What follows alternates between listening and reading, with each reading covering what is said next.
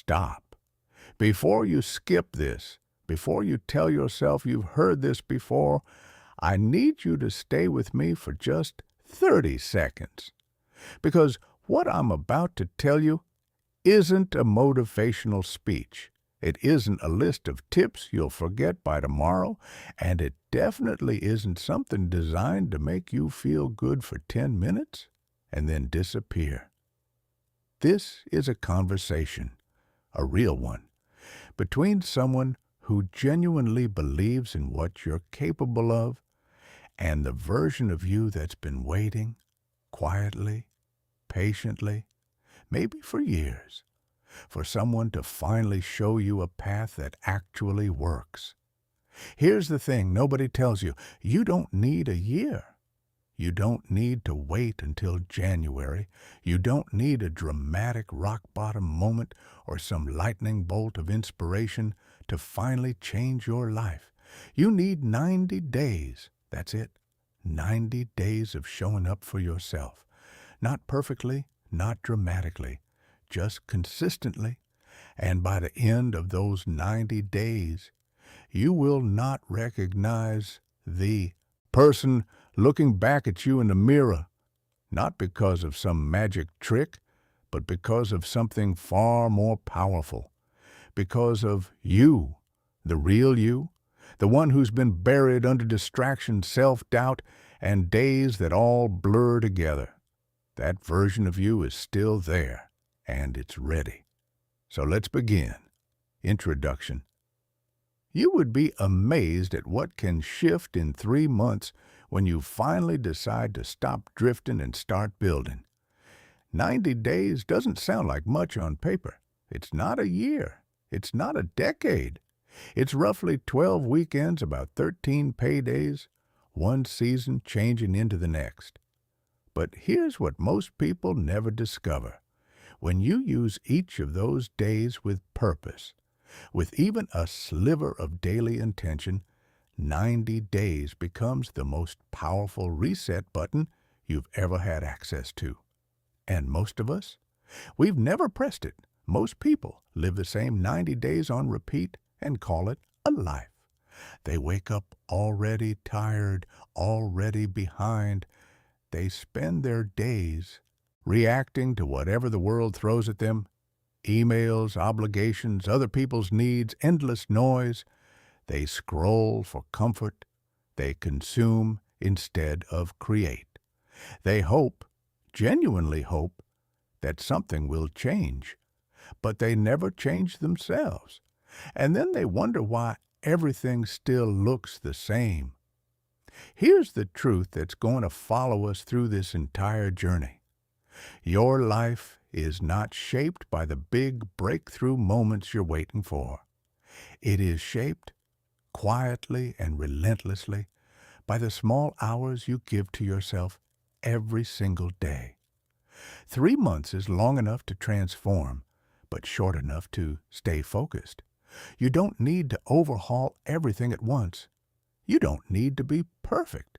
You don't need motivation that burns bright for a week and then fades like a candle in the wind. What you need is a system. 1 hour, one habit, one decision, repeated daily until the person you are becoming is stronger, clearer, and more grounded than the person you've been. This isn't here to entertain you or hype you up. This is here to give you something real, a framework you can actually follow. Simple, honest, and built from the ground up for people who are tired of starting over and ready to finally move forward. Your next 90 days will be built on 4 pillars: discipline, clarity, progress, confidence. Discipline is the engine, the part of you that shows up even when your feelings don't, that carries you through foggy mornings and exhausting evenings. Clarity is the compass. Without it, every hour gets swallowed by noise, distraction, and the vague anxiety of not knowing what you're actually working toward. Progress is the proof. Even the smallest win is evidence that change isn't just possible. It's already happening. And confidence is the reward. Not the hollow kind you fake with affirmations, but the deep, quiet kind that comes from keeping promises to yourself. So here's the challenge.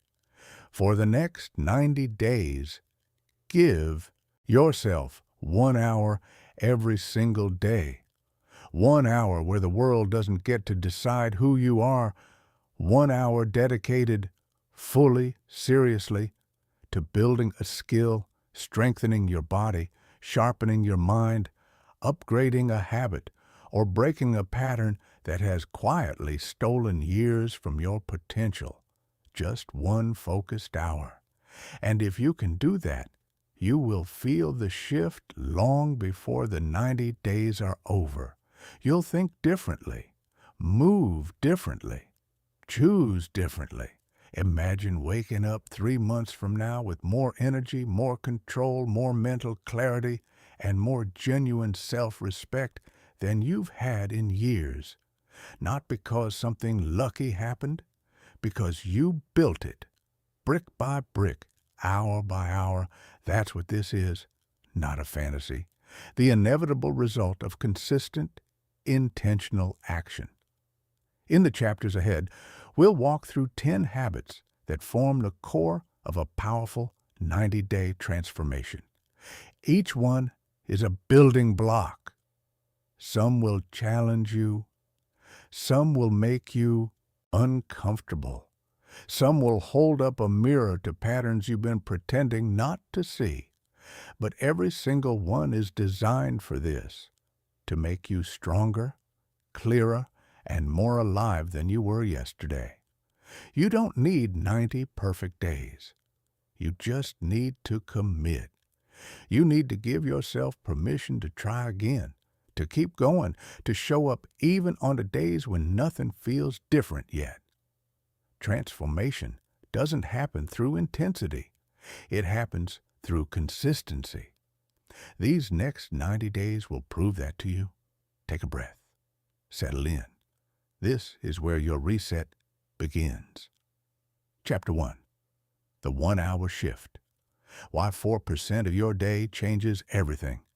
Most people wildly overestimate what they can change in a week and almost completely underestimate what they can build in 90 days. And the reason is simple. They chase intensity instead of consistency. They wait for the perfect moment, the perfect mood, the perfect schedule, the perfect surge of motivation. And while they're waiting, another week slips by, another month, another version of the same year. If you want these next 3 months to actually be different, you need to understand one foundational idea, one that sounds almost too simple to be life-changing, but it is. 4% of your day is 1 hour. That's it. Just 1 hour out of 24. A single, protected block of time where you stop reacting to the world and start building yourself. And when that hour is used with genuine purpose, not scrolling, not half-focusing, not multitasking, it's enough to tilt the entire direction of your life. People hear 90 days to change everything, and their minds immediately jump to extreme routines, dramatic overhauls, and massive sacrifices. None of that is what this is about. What changes you isn't the size of the effort. It's the daily repetition of a small, intentional one. For 90 days, your one job is this: guard 1 hour like your life depends on it. Because in a very real way, it does. Every meaningful transformation, whether it's physical, emotional, financial, or relational, begins with a protected window of time where you build yourself without interruption. 1 hour where the outside world doesn't win. 1 hour where you stop consuming and start creating. 1 hour where you step into the version of yourself you've been putting off becoming. Think about your days over the past year. How many hours have disappeared into your phone, into stress spirals, mindless scrolling, background noise that never asked anything of you but quietly stole everything? How many evenings ended with you feeling vaguely empty, like you'd been busy all day but somehow hadn't actually moved? That ends here. The next 90 days are about reclaiming your time, not all of it, just 1 hour, and using it with intention. You don't need a new personality. You don't need more willpower. You need a system. And this is where it starts. The first shift is mental. Your hour is non-negotiable. You don't move it. You don't shrink it. You don't trade it for something that feels more urgent. You treat it like oxygen, not a luxury, but a necessity for functioning at your highest level. When you lock this in, something else happens almost automatically. The rest of the journey gets easier because you've declared quietly but firmly that you matter, that your growth matters, that you are no longer available to spend every waking hour serving everyone else's agenda while your own potential collects dust. So, what happens inside this 1 hour? That depends entirely on what you want to build. But the principle is constant. The hour must create, not consume. Consumption comforts you. Building changes you. Most people confuse the two. They feel productive while doing nothing that actually moves them forward. In your hour, you do what strengthens your body, sharpens your mind, or builds your future. Maybe you exercise. Maybe you write. Maybe you learn a language, study a craft, practice a skill you've always wanted but never had time for. Maybe you work on something you've been putting off for months. The business idea, the creative project, the plan that lives in the back of your mind and never quite makes it to the front. The specific shift depending on your goals. But the architecture stays the same. One intention, 1 hour, one standard, repeated daily. Here's how you step into it. You begin by eliminating noise. Phone on airplane mode, notifications off. Door closed if you can. Desk cleared. The moment you enter this hour, you enter a different identity. The version of you who shows up with standards instead of excuses. Then you choose one priority, not 10. Not a list that overwhelms you before you even begin. One, because focus is power. A focused hour produces more real progress than an entire scattered day. You choose the action that moves your life forward, not the easiest one, but the one that will make tomorrow better than today. And then you commit fully. No stopping halfway, no jumping between tasks. You go deep. You let yourself become absorbed in the work. This is where momentum is born. The people who transform fastest aren't the most talented or the most naturally disciplined. They're simply the most focused.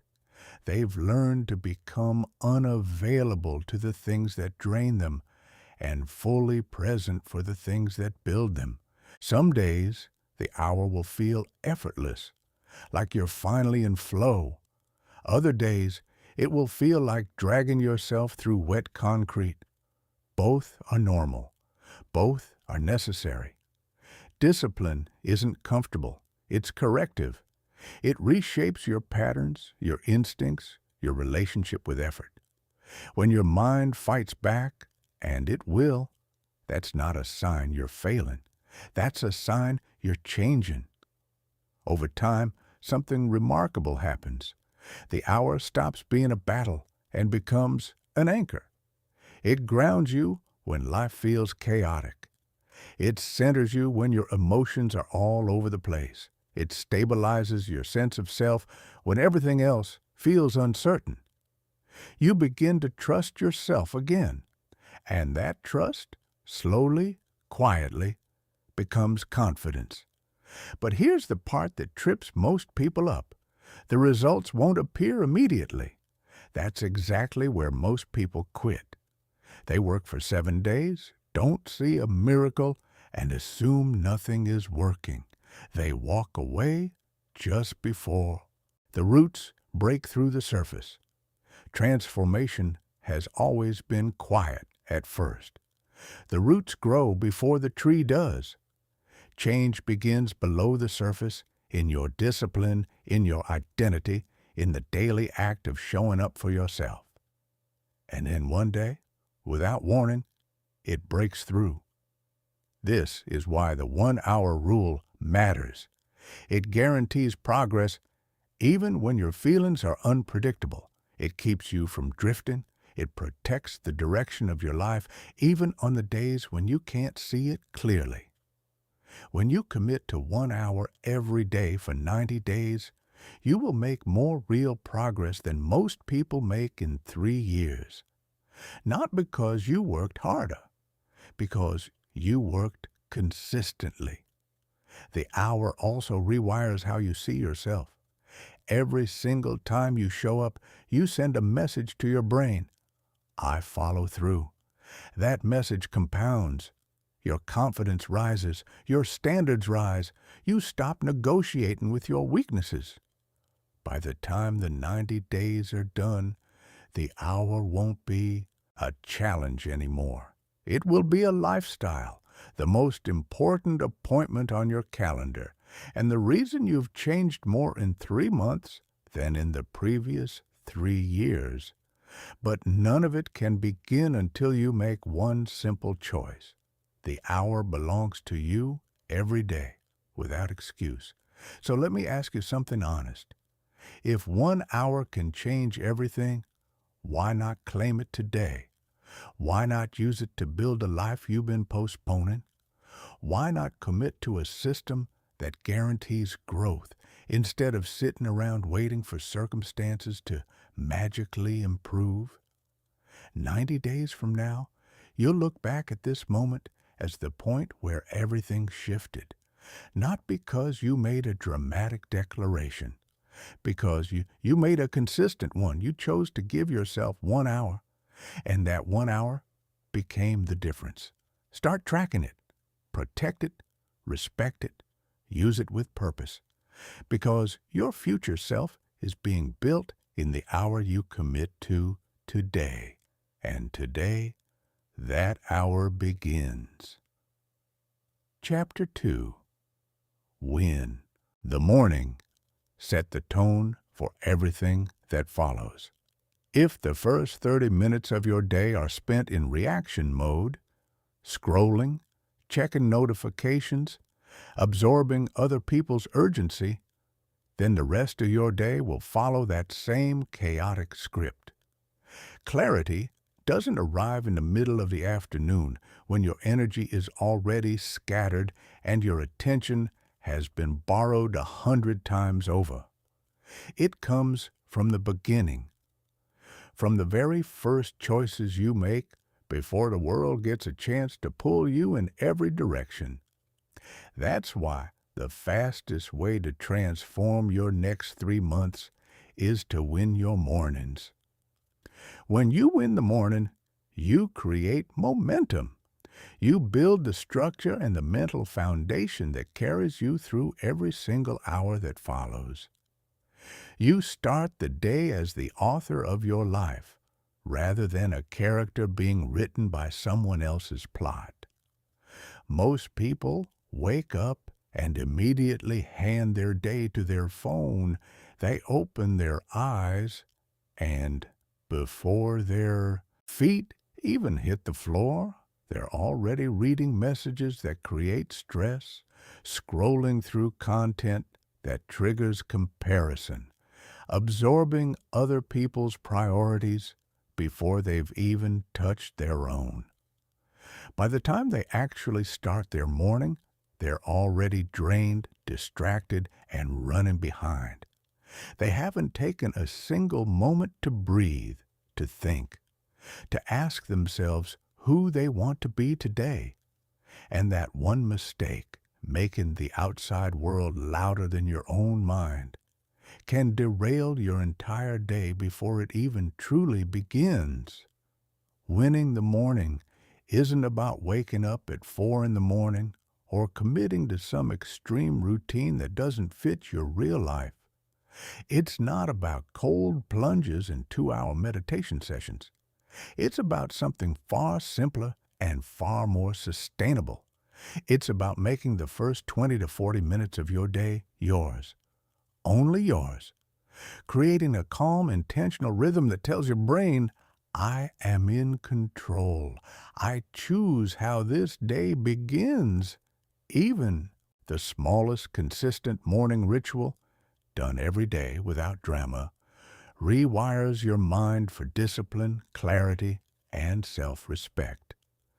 3 months is just long enough for a morning routine to fundamentally reshape your identity. The point isn't to find the perfect routine. The point is to create a predictable, grounded beginning to your day that replaces chaos with agency.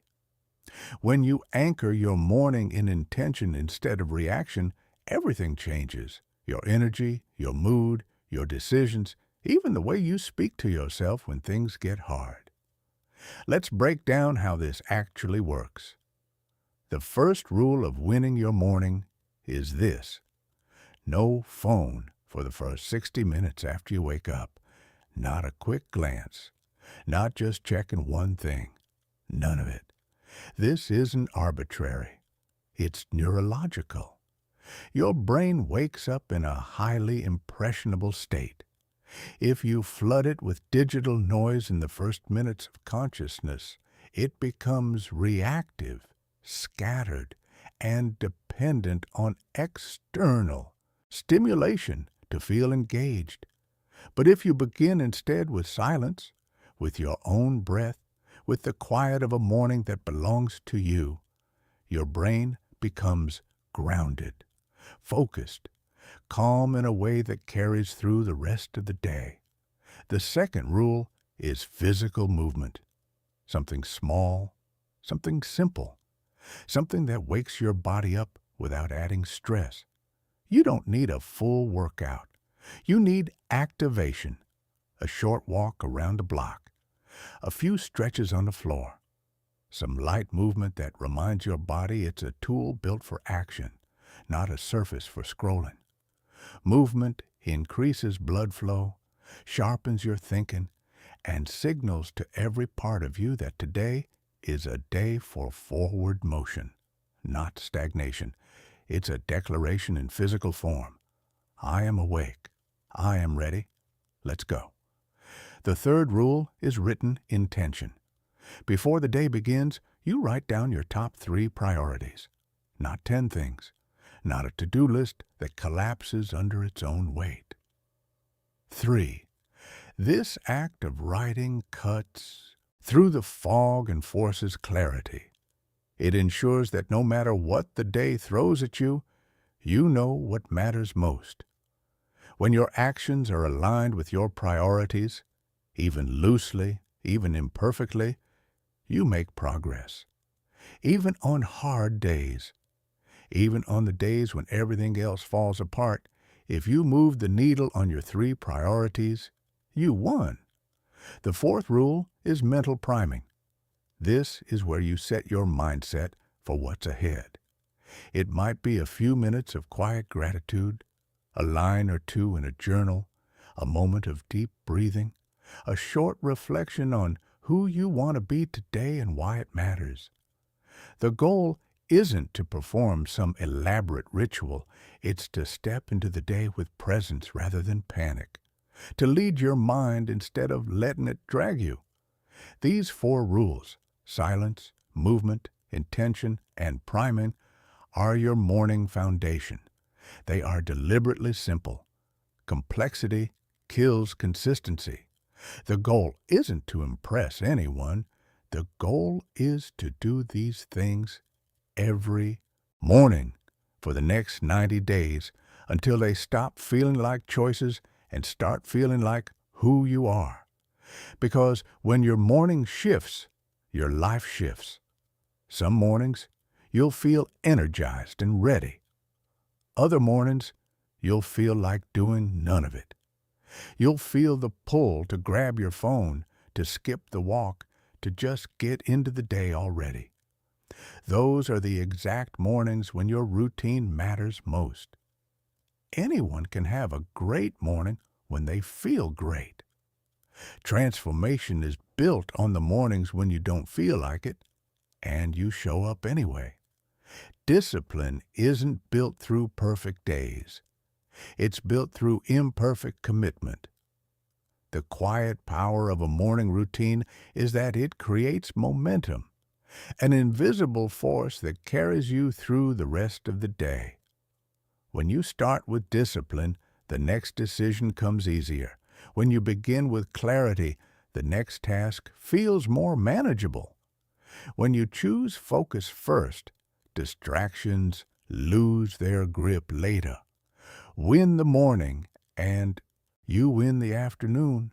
Win enough afternoons, and you win your evenings. String together enough winning days, and you win your 90 days. That's how transformation works. Not through one massive moment, but through hundreds of small ones. Your morning routine also quietly reshapes your identity. Every time you follow it, especially when you don't feel like it, you send your brain a signal. I am someone who shows up. I am someone who leads my day rather than stumbles through it. This identity grows more powerful with every passing week of the 90 days. The new version of you isn't created when the results appear in the mirror. It's created when you repeatedly act like the person you're becoming, especially in the first hour of your day. Here's a simple, effective structure you can start using tomorrow. Wake up. Drink a full glass of water before anything else. Move your body for 10 to 15 minutes. Sit in silence. Just a few minutes, eyes closed, no phone. Write down your 3 priorities for the day. Read a few pages of something meaningful, and only then step into your day. Nothing dramatic, nothing that requires a special personality type or an unusual amount of time. Just a series of quiet choices that build strength, focus, and momentum before the world has a chance to demand anything from you. You don't have to become a morning person. You just have to protect the beginning of your day.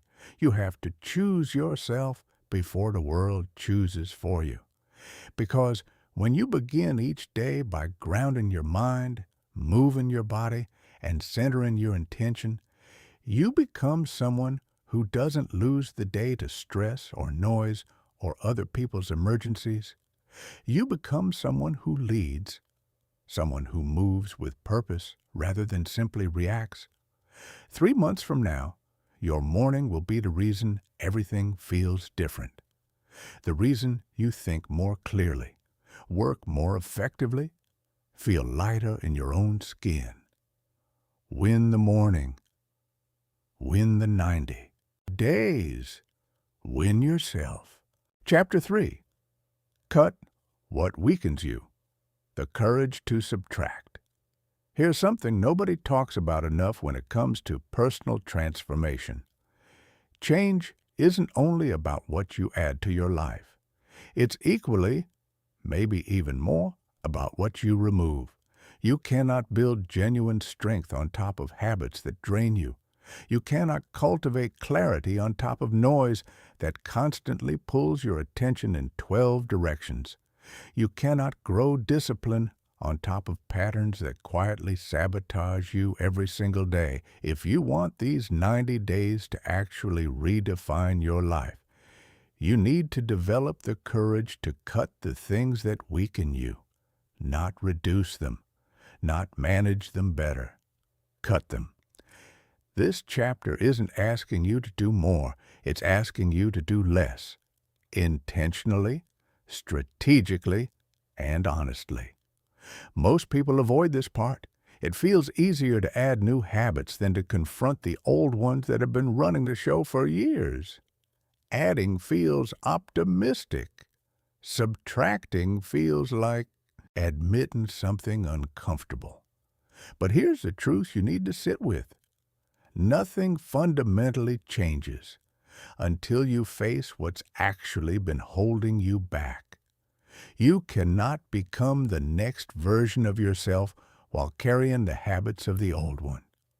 It's like trying to sprint with a backpack full of bricks.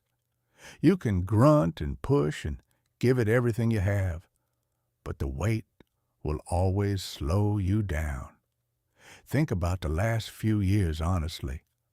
How many times did you set a goal, a real one, something that genuinely mattered to you, only to fall off track within weeks? Not because you weren't capable, not because you were lazy or broken, but because something kept pulling you back. A distraction that felt harmless. A toxic routine so familiar you stopped noticing it. A draining relationship you didn't have the language to address. A comfort you kept choosing over growth, not out of weakness, but out of habit. Your problem has never been a lack of potential. It's been a lack of subtraction. For the next 90 days, your mission has a new dimension. Identify the 3 things that most consistently steal your energy, your attention, and your discipline. Then cut them. Let's be specific about what that looks like. The first thing to cut is mental noise. This is anything that floods your mind with chaos before you've even had a chance to begin. Overconsumption of news and social media. Endless scrolling through content that triggers comparison, anxiety, or outrage. Reactive thinking that spirals before you've had your first cup of coffee. Overanalyzing conversations that ended yesterday. Carrying emotional clutter from situations you can't control. Your mind, like your body, has a finite amount of energy each day. If you give that energy away before you've begun your real work, before you've sat down with your 1 hour, before you've moved toward the things that actually matter, the day is already compromised before it really began. Cutting mental noise means becoming intentional about what you allow in. It means unfollowing accounts that consistently make you feel smaller. Reducing the stream of information that produces fear rather than clarity. Creating mental boundaries that say, when I'm building, I'm building.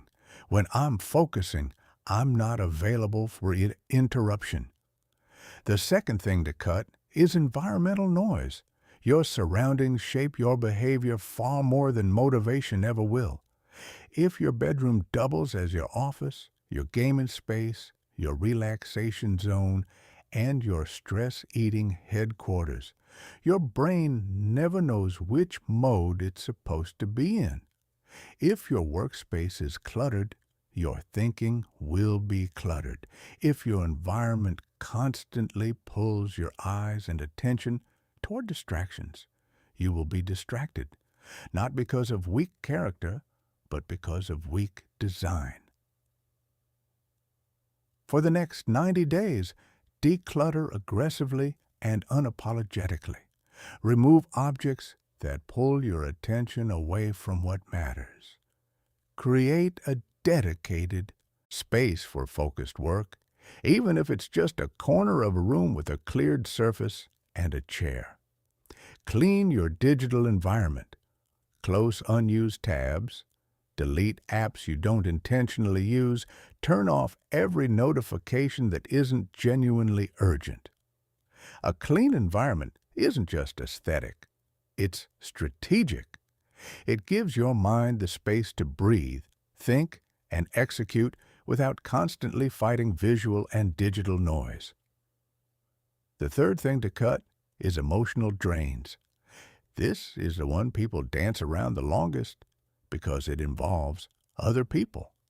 But emotional exhaustion is one of the most destructive forces when it comes to sustained discipline and growth. You cannot build a strong 90 days while simultaneously managing emotional turbulence that isn't yours to carry. You cannot pour energy into your growth while constantly pouring it into relationships that take without giving, conversations that go in circles, and obligations you agreed to out of guilt rather than genuine desire. This doesn't mean cutting people you love out of your life. It means being honest about where your emotional energy is going. It means setting boundaries, kindly but clearly, with people and situations that consistently leave you depleted. It means saying no to the commitments that drain you so that you can say yes more fully to the ones that matter. Sometimes the most powerful act of self-care is a quiet, firm no. The fourth thing to cut is the behaviors that sabotage you in the dark. The late nights that destroy your mornings, the habit of procrastinating behind the disguise of planning, stress eating, hitting snooze 3 times, spending evenings on autopilot entertainment that doesn't restore you and doesn't excite you. It just fills the silence, telling yourself you'll start tomorrow, and then telling yourself that again the next day. These aren't dramatic failures, they're quiet ones. They seem small in the moment, but over 90 days, they accumulate into something enormous. They are the invisible tax on your potential, paid in small increments every single day until the bill comes due and you wonder where the time went. To cut these sabotage behaviors, you need awareness before anything else. You need to study yourself honestly, without judgment, the way a scientist observes data. Track your patterns. Notice what actions leave you feeling depleted versus energized. Notice which evenings end with you feeling proud and which end with you feeling like you disappeared into the couch. Then replace these behaviors not with force, but with intention. A simple bedtime ritual instead of endless scrolling. A planned rest period instead of crashing. An outlet that genuinely resets your mind rather than numbing it. The fifth thing to cut is comfort that keeps you stagnant. This one is the most deceptive because comfort doesn't feel like the enemy. It feels deserved. It feels like self-care. It feels like a break you've earned. And sometimes it is. Rest is real. Recovery is necessary. But there's a version of comfort that isn't rest. It's avoidance wearing rest's clothing.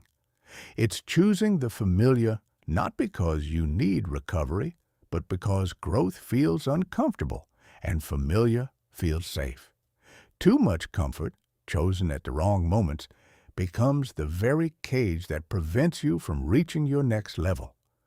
Growth never comes from what feels easiest in the moment. It comes from what feels right in the long run. Cutting excess comfort means choosing challenge intentionally. Choosing effort over ease not because ease is wrong, but because you know where ease leads when it's your default. It means making the harder choice enough times that it starts to feel natural. Now, a gentle reminder. Cutting doesn't mean destroying. It doesn't mean punishing yourself or swinging into extreme austerity. This isn't about suffering. It's about freedom. You're not cutting these things to torture yourself. You're cutting them to free yourself, to create space where something better can actually grow. To make this concrete and actionable, here is a simple exercise. Take 3 sheets of paper, or 3 columns in a notebook and write these headings. What weakens my mind? What weakens my environment? What weakens my discipline? Under each heading, write down every habit, behavior, pattern, or influence that consistently drains you. Be brutally honest with yourself. Don't soften what you know is true. Don't justify what you already know is hurting you. When you're done, choose 3 items from the entire list. The 3 biggest drains. These are your cuts for the next 90 days. 3 cuts? That's all? And yet, removing those 3 drains will do more for your life than adding 10 new habits ever could. When you remove what weakens you, everything else becomes lighter. Your mind clears, your energy rises, your discipline strengthens, and your transformation becomes not just possible, but inevitable. There will be resistance. Your brain will push back. Old habits will whisper familiar things in your ear. Comfort will make its case. Your emotions will try to negotiate. This is completely normal, and it's actually a sign that you're cutting the right things, because growth always begins with discomfort. Spend these 90 days becoming someone who refuses to let weak routines run a strong life. Someone who refuses to let excuses occupy the space where potential should be. Someone who chooses clarity over chaos, purpose over autopilot, and intentional living over survival mode. Cut the noise, cut the drains, cut the patterns that are stealing your future, and watch how much lighter, stronger, and more focused you become. Chapter 4. The Power of Deep Focus. The skill that changes everything. There is a reason your life can feel scattered even when you're busy. A reason you start things and never finish them. A reason you end some days feeling like you worked hard, but somehow didn't actually move.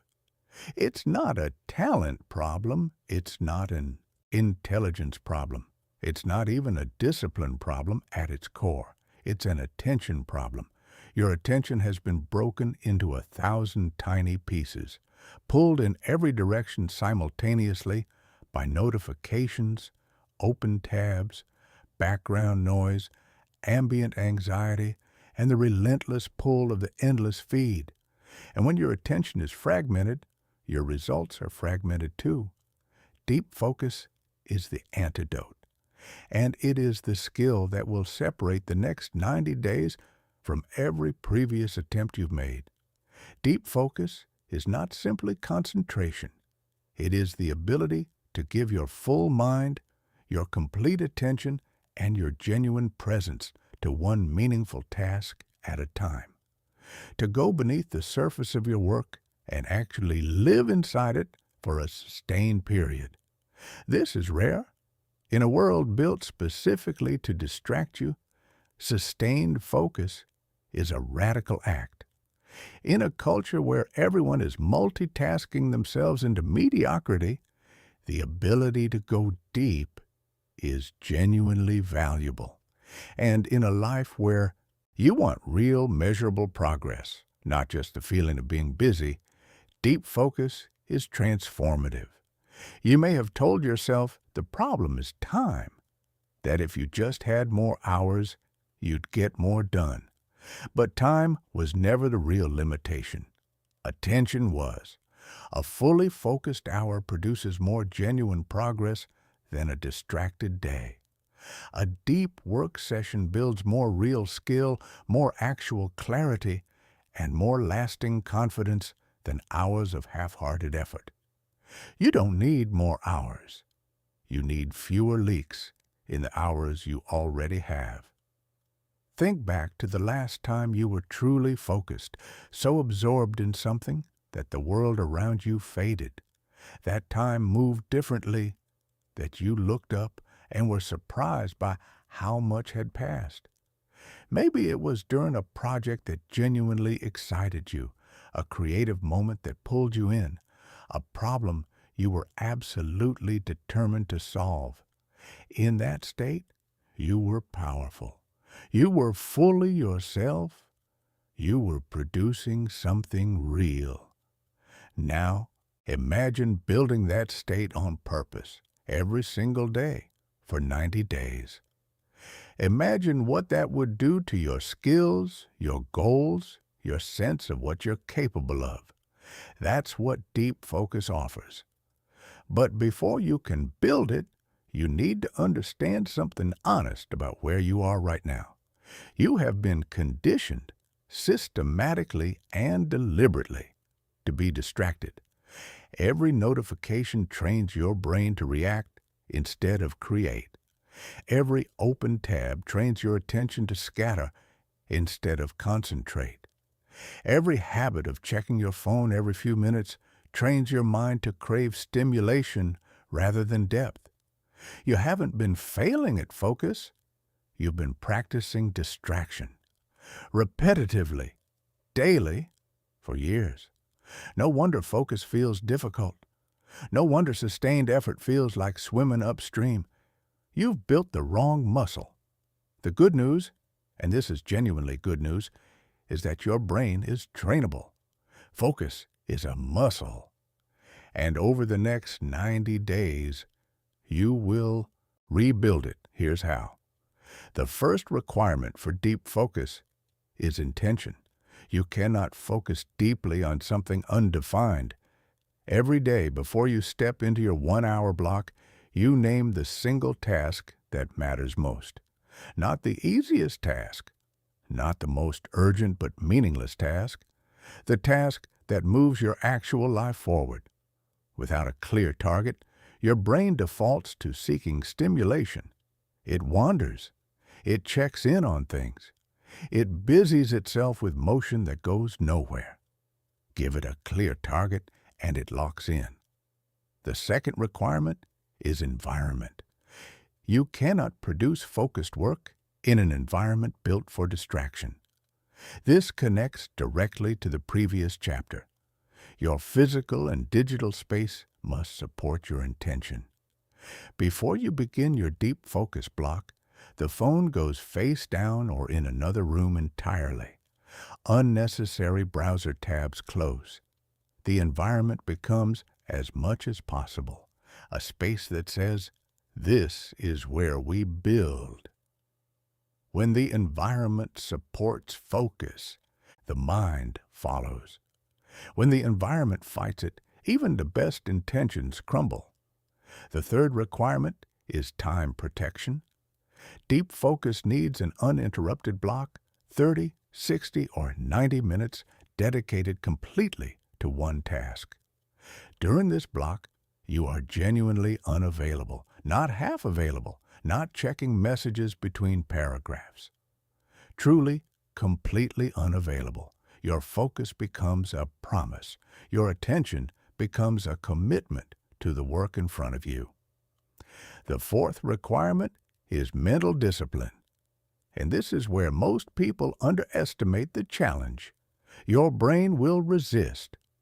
The moment you sit down for a deep focus session, you will feel the urge to check something, switch tasks, seek distraction. This isn't weakness. It's the withdrawal symptom of a mind trained on shallow stimulation. The practice is to notice the urge and stay anyway, to feel the discomfort of boredom or resistance and choose to remain present with the work. Each time you do this, you strengthen the focus muscle. Each time you sit through the discomfort instead of escaping it, you build the mental toughness that eventually makes depth feel natural. Deep focus is not supposed to feel easy. It is supposed to feel powerful. The fifth requirement is intentional rest. Deep focus doesn't mean grinding without pause. It means working deeply, resting genuinely, and returning fully. After a focused block, step away. Move your body. Let your mind surface and breathe. This restoration is part of the structure, not a deviation from it. Breaks are not weakness. They're what makes sustained depth sustainable. Now let's talk about why deep focus is so critical to this 90-day transformation specifically. Because focus creates progress, and progress creates identity. When you work deeply, you actually finish things. You build skills that show up in the real world. You create work you're genuinely proud of. You make measurable movement toward your goals. And when you begin producing real results, not the feeling of results, but actual evidence of growth, your belief in yourself changes. That belief becomes momentum, and momentum becomes transformation.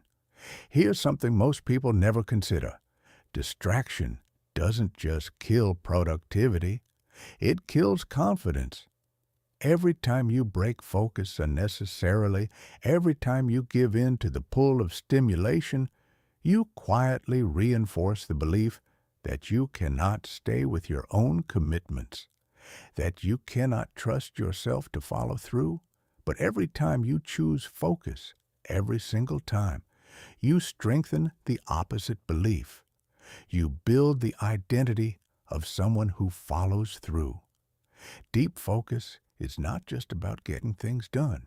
It's about proving to yourself that you can. For the next 90 days, commit to one deep focus block every day. Start with 30 minutes if 60 feels overwhelming. Then extend it. The length matters less than the consistency.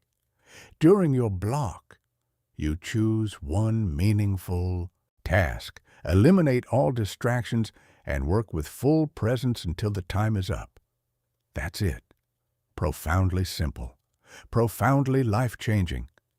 This daily block becomes the anchor of your growth, the space where your craft develops, your discipline trains, your goals take shape, and your life actually moves forward. The world rewards people who can do what others cannot. And in a world addicted to distraction, the rarest and most valuable skill you can develop is the ability to go deep. 3 months of deep focus will reshape not just what you produce, but who you are, how you think, how you work, how you move through your days. You will become someone calm under pressure, steady amid chaos, proud of what you're building. Your next 90 days are the training ground.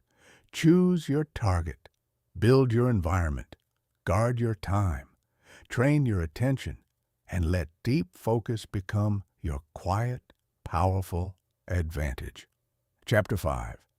Build skills that pay you back forever. If you want these 90 days to genuinely change not just how you feel, but what you're capable of, if you want a transformation that doesn't evaporate when the motivation fades, then you need to shift your focus from effort to meaningful growth.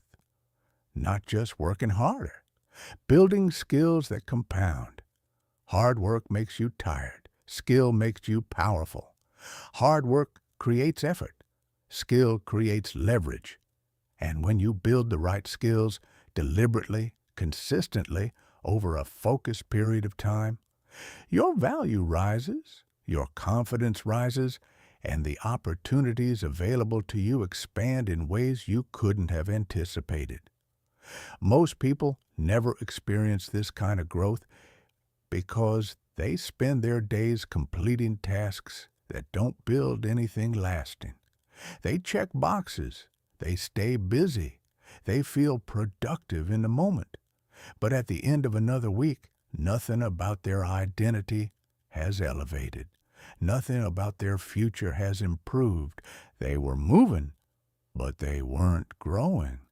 There is a difference. And learning to feel that difference is one of the most important shifts you can make. If you want your 90 days to be the turning point of your life, you need to make one commitment alongside everything else in this journey. For the next 3 months, you will build at least one skill that upgrades who you are and how you show up in the world. A skill that increases your earning power. A skill that strengthens your discipline. A skill that expands your opportunities. A skill that, 10 years from now, you will be genuinely grateful you started building today. Skills are the real currency of transformation. Think about the most capable version of yourself, the one who moves through the world with quiet confidence, who people respect and trust, who creates value wherever they go. That version of you didn't appear by accident. They were built through training, repetition, focused practice, and the willingness to be bad at something long enough to become good at it. Becoming that person requires learning something that challenges your mind, forces your comfort zone to expand, and strengthens your ability to produce results that matter. The first step is clarity. You need to choose one skill, just one, that, if genuinely developed, would make the next version of you significantly stronger. Not a hobby you might casually enjoy. Not something that sounds impressive but doesn't actually move your life forward. A skill with weight. A skill with genuine impact. It might be communication, learning to express your ideas clearly and persuasively in writing or in person. It might be a physical skill that transforms your relationship with your body. It might be a creative skill you've shelved for years. It might be a technical skill that opens professional doors. It might be emotional intelligence, the ability to navigate your own inner world and relate to others with depth and empathy. It might even be discipline itself, the skill of showing up for the things you care about consistently, regardless of how you feel. Choose something that elevates your mind and expands your future. Give your 90 days a target that excites and challenges you in equal measure. Once you've chosen, the next step is becoming a genuine student. Not the passive kind who watches videos and feels productive without actually practicing. The active kind, the powerful kind, the one who learns, practices, and applies, and does it consistently day after day without waiting to feel ready. The mechanics of building a skill in 90 days break down into 6 components. The first is deliberate practice. This means practicing with full intention, not randomly or casually.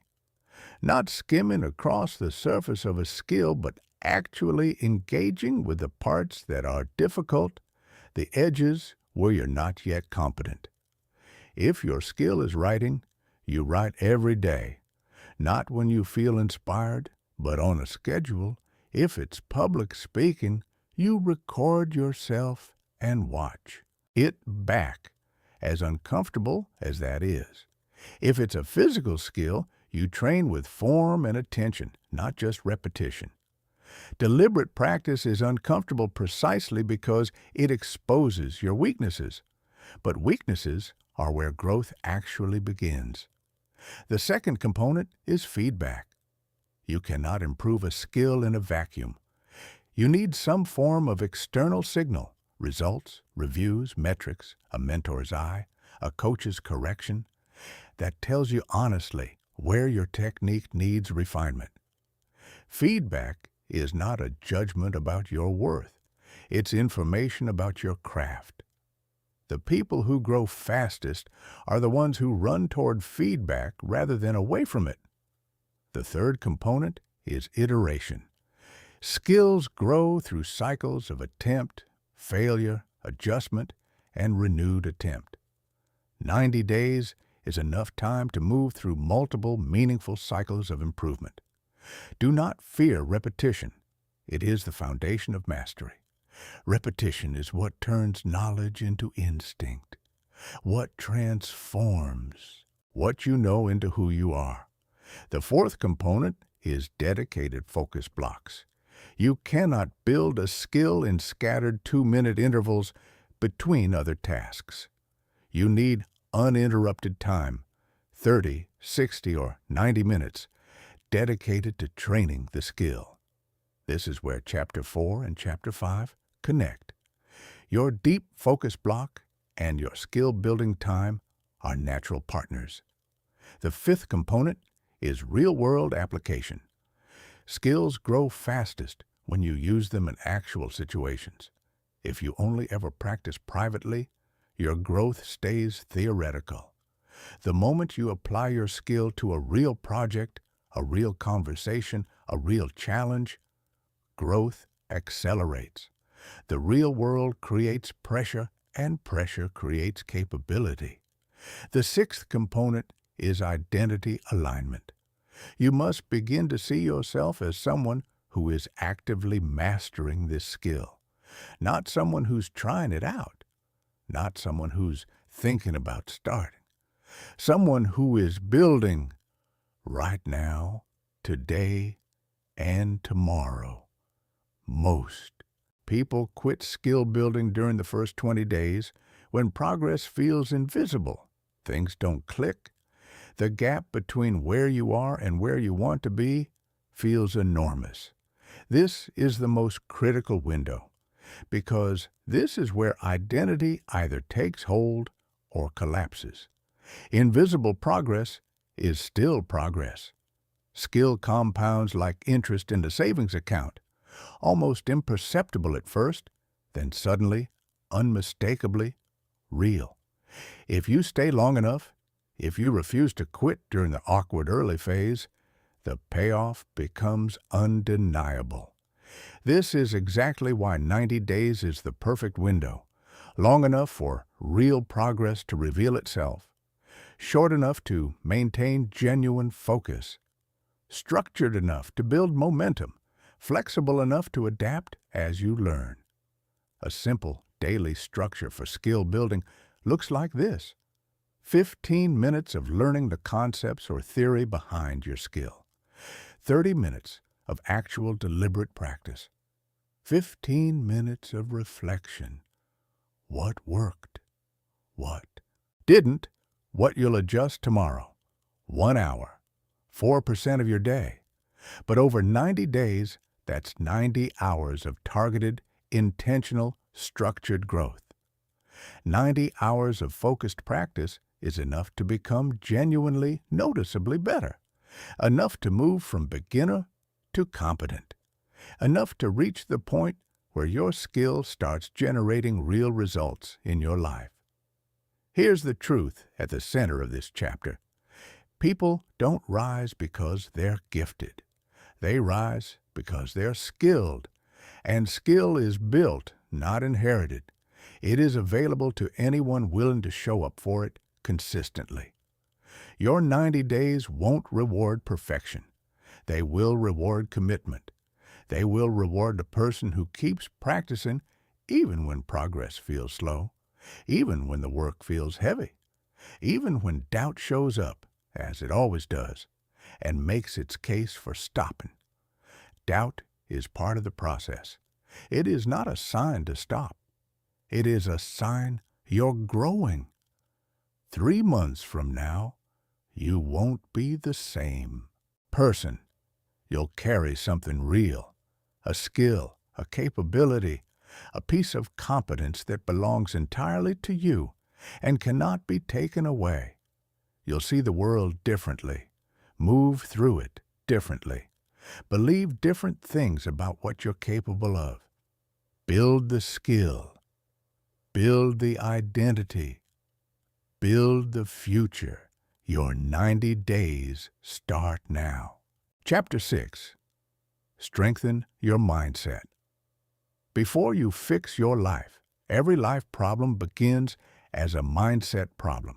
Before your habits fall apart, your thinking does. Before your discipline slips, your beliefs weaken. Before your environment becomes chaotic, your internal world becomes louder than your intentions.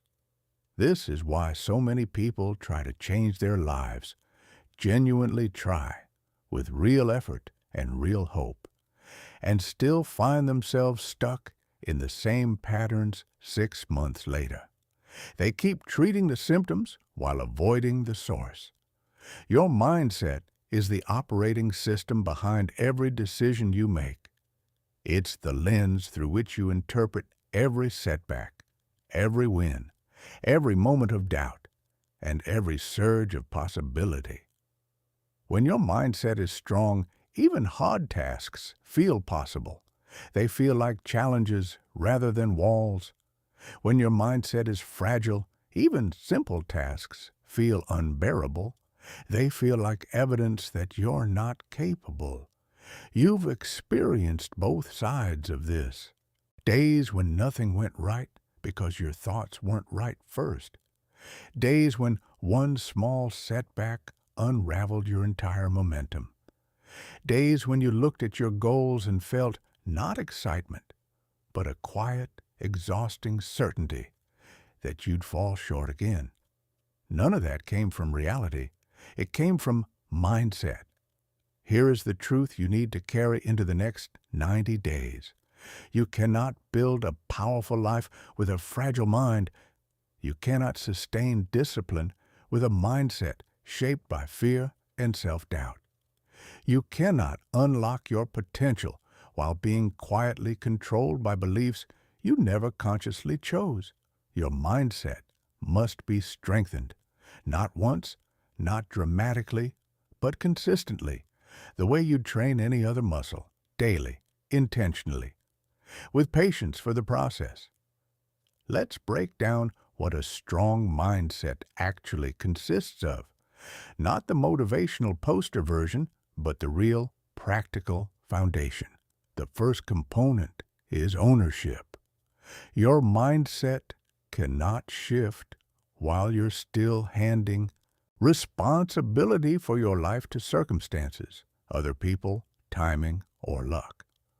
Ownership doesn't mean that everything difficult that happened to you was your fault. It means that the responsibility for your next chapter belongs entirely to you. This is not a burden. It's the most liberating realization available to a human being. When you own your choices, you own your results.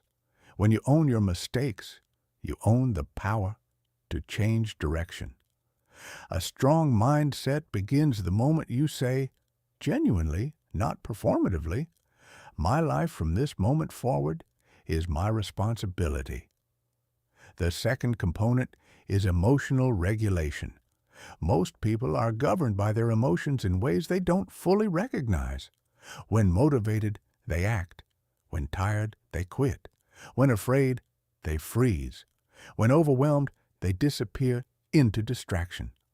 This is an understandable human pattern, but it's also an unstable foundation for lasting change.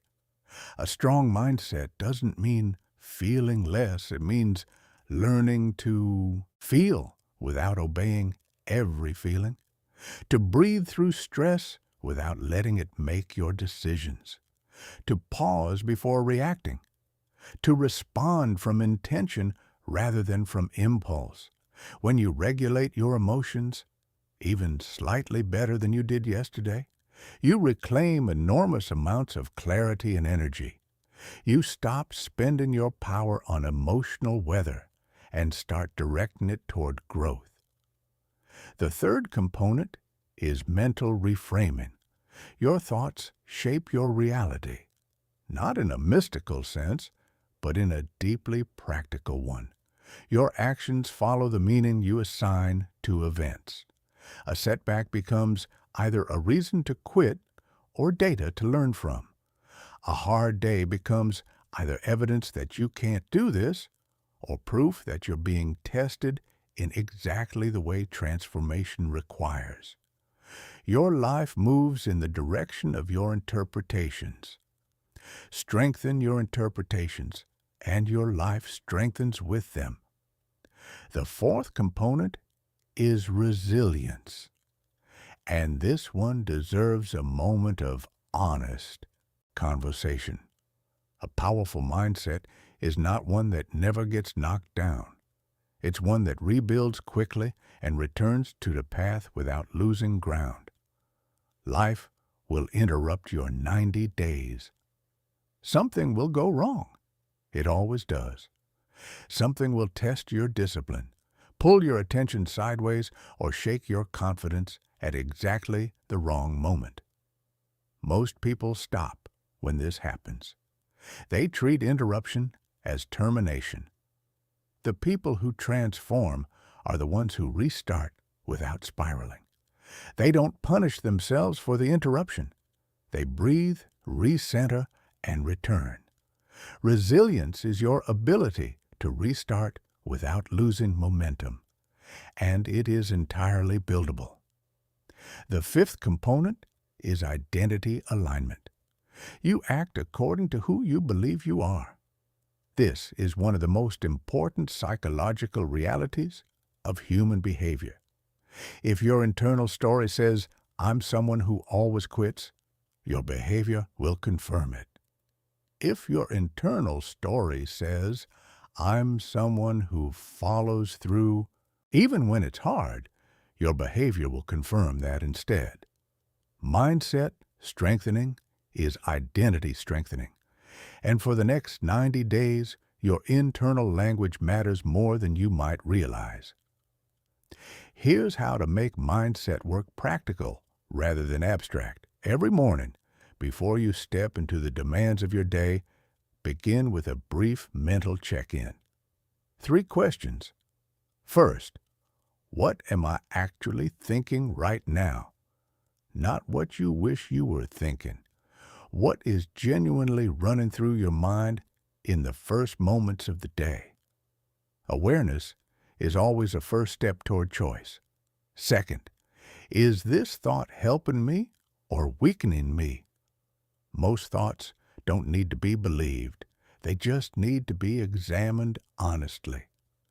Many of the thoughts that feel most true in the morning, "I'm behind, I can't do this, nothing is working," are simply old habits of interpretation, not accurate readings of reality.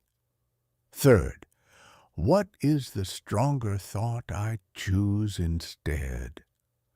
Not toxic positivity, not pretending everything is fine when it isn't, but a genuine redirect toward clarity, toward what's actually true, what's actually possible, and what's actually within your control. This 3-part morning check-in, practice consistently, will shift the direction of your thinking more powerfully than any dramatic intervention. Another technique that genuinely works is pattern interruption. When your mind falls into old loops, the procrastination spiral, the self-doubt cycle, the "what's the point" narrative, you interrupt it with a physical action. Stand up. Take 3 deep breaths. Plant your feet firmly on the floor and feel the ground beneath you. Speak a command out loud if you need to. Stop. Refocus. This interruption breaks the automatic cycle. It creates a gap between stimulus and response. And in that gap, you have the power to choose differently. You should also practice what could be called mental subtraction. Most people try to improve their mindset by piling more positive content on top of negative thinking. But your mindset strengthens faster when you remove the thoughts that undermine you. Catastrophic thinking, all or nothing narratives, the belief that you're permanently behind, the habit of judging yourself harshly before you've even attempted something. Remove these from regular rotation, not through suppression, but through recognition and deliberate redirection. When you subtract mental noise, clarity appears almost automatically. One of the most powerful and most underused mindset practices is daily reflection.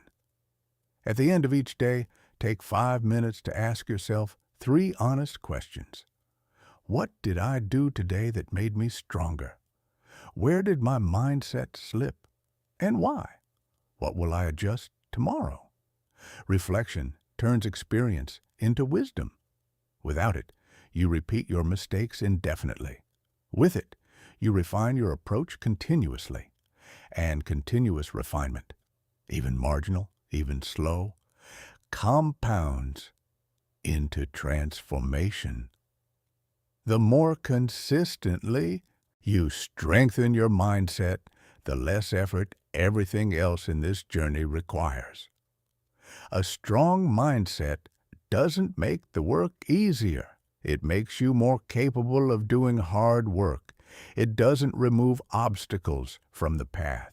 It makes you someone who moves through obstacles rather than around them. These 90 days are not only about building habits, they're about building the mental strength to sustain those habits long after motivation has come and gone. Strengthen the mind. The life follows. Strengthen your mindset before you fix your life. Every life problem begins as a mindset problem. Before your habits fall apart, your thinking does. Before your discipline slips, your beliefs weaken. Before your environment becomes chaotic, your internal world becomes louder than your intentions. This is why so many people try to change their lives, genuinely try, with real effort and real hope, and still find themselves stuck in the same patterns 6 months later. They keep treating the symptoms while avoiding the source. Your mindset is the operating system behind every decision you make. It's the lens through which you interpret every setback, every win, every moment of doubt, and every surge of possibility. When your mindset is strong, even hard tasks feel possible. They feel like challenges rather than walls. When your mindset is fragile, even simple tasks feel unbearable. They feel like evidence that you're not capable. You've experienced both sides of this. Days when nothing went right because your thoughts weren't right first. Days when one small setback unraveled your entire momentum. Days when you looked at your goals and felt not excitement, but a quiet, exhausting certainty that you'd fall short again. None of that came from reality. It came from mindset.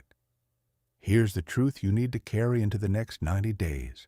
You cannot build a powerful life with a fragile mind.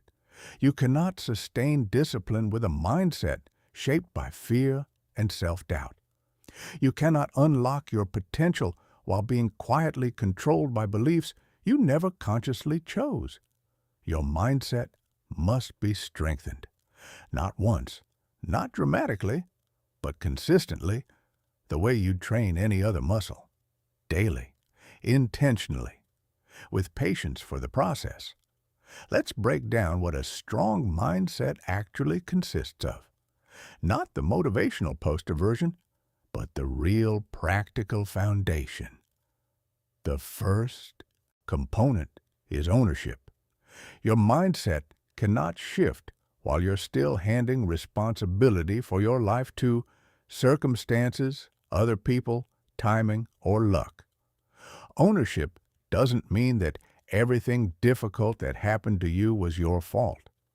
It means that the responsibility for your next chapter belongs entirely to you. This is not a burden. It's the most liberating realization available to a human being. When you own your choices, you own your results. When you own your mistakes, you own the power to change direction. A strong mindset begins the moment you say, genuinely, not performatively, my life from this moment forward is my responsibility. The second component is emotional regulation. Most people are governed by their emotions in ways they don't fully recognize. When motivated, they act. When tired, they quit. When afraid, they freeze. When overwhelmed, they disappear into distraction. This is an understandable human pattern, but it's also an unstable foundation for lasting change. A strong mindset doesn't mean feeling less. It means learning to feel without obeying every feeling, to breathe through stress without letting it make your decisions, to pause before reacting, to respond from intention rather than from impulse. When you regulate your emotions, even slightly better than you did yesterday, you reclaim enormous amounts of clarity and energy. You stop spending your power on emotional weather and start directing it toward growth. The third component is mental reframing. Your thoughts shape your reality, not in a mystical sense, but in a deeply practical one. Your actions follow the meaning you assign to events. A setback becomes either a reason to quit or data to learn from. A hard day becomes either evidence that you can't do this or proof that you're being tested in exactly the way transformation requires. Your life moves in the direction of your interpretations. Strengthen your interpretations, and your life strengthens with them. The fourth component is resilience, and this one deserves a moment of honest conversation. A powerful mindset is not one that never gets knocked down. It's one that rebuilds quickly and returns to the path without losing ground. Life will interrupt your 90 days. Something will go wrong. It always does. Something will test your discipline, pull your attention sideways, or shake your confidence at exactly the wrong moment. Most people stop when this happens. They treat interruption as termination. The people who transform are the ones who restart without spiraling. They don't punish themselves for the interruption. They breathe, recenter, and return. Resilience is your ability to restart without losing momentum, and it is entirely buildable. The fifth component is identity alignment. You act according to who you believe you are. This is one of the most important psychological realities of human behavior. If your internal story says, "I'm someone who always quits," your behavior will confirm it. If your internal story says, "I'm someone who follows through even when it's hard," your behavior will confirm that instead. Mindset strengthening is identity strengthening, and for the next 90 days, your internal language matters more than you might realize. Here's how to make mindset work practical rather than abstract. Every morning, before you step into the demands of your day, begin with a brief mental check-in. 3 questions. First, what am I actually thinking right now? Not what you wish you were thinking. What is genuinely running through your mind in the first moments of the day? Awareness is always the first step toward choice. Second, is this thought helping me or weakening me? Most thoughts don't need to be believed. They just need to be examined honestly. Many of the thoughts that feel most true in the morning, "I'm behind, I can't do this, nothing is working," are simply old habits of interpretation, not accurate readings of reality. Third, what is the stronger thought I choose instead?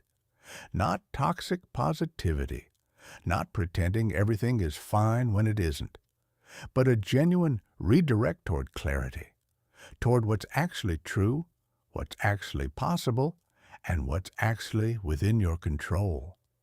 This 3-part morning check-in practice consistently will shift the direction of your thinking more powerfully than any dramatic intervention.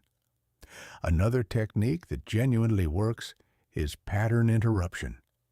When your mind falls into old loops, the procrastination spiral, the self-doubt cycle, the "what's the point" narrative, you interrupt it with a physical action. Stand up. Take 3 deep breaths. Plant your feet firmly on the floor and feel the ground beneath you. Speak a command out loud if you need to. Stop. Refocus. This interruption breaks the automatic cycle. It creates a gap between stimulus and response, and in that gap, you have the power to choose differently. You should also practice what could be called mental subtraction. Most people try to improve their mindset by piling more positive content on top of negative thinking. But your mindset strengthens faster when you remove the thoughts that undermine you. Catastrophic thinking, all or nothing narratives, the belief that you're permanently behind, the habit of judging yourself harshly before you've even attempted something. Remove these from regular rotation, not through suppression, but through recognition and deliberate redirection. When you subtract mental noise, clarity appears almost automatically. One of the most powerful and most underused mindset practices is daily reflection. At the end of each day, take 5 minutes to ask yourself 3 honest questions. What did I do today that made me stronger? Where did my mindset slip, and why? What will I adjust tomorrow? Reflection turns experience into wisdom. Without it, you repeat your mistakes indefinitely. With it, you refine your approach continuously. And continuous refinement, even marginal, even slow, compounds into transformation. The more consistently you strengthen your mindset, the less effort everything else in this journey requires. A strong mindset doesn't make the work easier. It makes you more capable of doing hard work. It doesn't remove obstacles from the path. It makes you someone who moves through obstacles rather than around them. These 90 days are not only about building habits. They're about building the mental strength to sustain those habits long after motivation has come and gone. Strengthen the mind. The life follows. Chapter 7. Face the hard things you've been avoiding. There is a moment in every real transformation where you have to stop moving forward and instead turn around to face the things you've been running from. The uncomfortable conversations you've been postponing, the financial reality you haven't looked at honestly in months, the habit you keep pretending isn't a problem, the relationship that needs a direct, honest conversation, the fear you've been managing by simply not thinking about it, the truth that's been sitting quietly in your chest, waiting. Avoidance is the silent thief of potential. It doesn't announce itself. It doesn't feel dramatic. It just quietly steals weeks, months, years, one postponed decision at a time. And if you want these 90 days to genuinely change your life, you have to stop negotiating with it. Avoiding hard things doesn't make you weak. It makes you human. Every brain is wired to move toward comfort and away from discomfort. It's one of the oldest and most fundamental features of how we're built. But comfort, when it becomes your default response to difficulty, is a slow-acting poison. It promises relief and delivers regret. Every time you avoid something important, you pay a hidden tax, once in the anxiety of postponing it, and again in the growing weight of knowing it's still there, still waiting. Avoidance doesn't make hard things disappear. It makes them heavier. Here's the insight that changes everything about this. The things you avoid are almost always the exact things that would change your life the fastest. The conversation you're afraid to have would bring clarity and relief. The financial spreadsheet you've been avoiding would restore order and remove the low-grade dread that's been following you around. The difficult habits you refuse to break would give you back energy you'd forgotten you were capable of feeling. The hard truth you haven't spoken would free you from carrying it alone. Your next level is almost always behind the door you least want to open. Facing hard things doesn't require fearlessness. That's a myth that keeps people stuck, waiting to feel brave enough before they act. Courage isn't the absence of fear. It's choosing to act even while fear is present. It's showing up at the door with shaking hands and opening it anyway. Let's walk through a process for facing hard things that is structured, achievable, and actually works. The first step is naming the discomfort honestly. You cannot face what you haven't clearly identified. Take a few quiet minutes and write down the 3 things you've been most consistently avoiding. Be specific. Not my finances, but I haven't opened my bank statements in 4 months. Not a difficult relationship, but I need to tell my closest friend something that will be uncomfortable for both of us. The brain tries to blur avoided problems, keeping them large and vague so they feel threatening enough to justify continued avoidance. Bringing them into clear, specific language strips away that distortion and gives you something you can actually work with. The second step is separating the task from the emotion. This is a crucial distinction that most people miss. Most avoided tasks are not actually as difficult as they feel. They are emotionally loaded. You're not avoiding the task itself. You're avoiding the feeling attached to it. The fear of conflict, the fear of embarrassment, the fear of seeing a number you don't want to see, the fear of the conversation going badly. When you separate the emotion from the task, when you acknowledge the feeling without letting it make the decision, the task itself usually becomes manageable. It shrinks back to its actual size. The third step is simplifying the action into its smallest possible form. Avoidance thrives on overwhelm.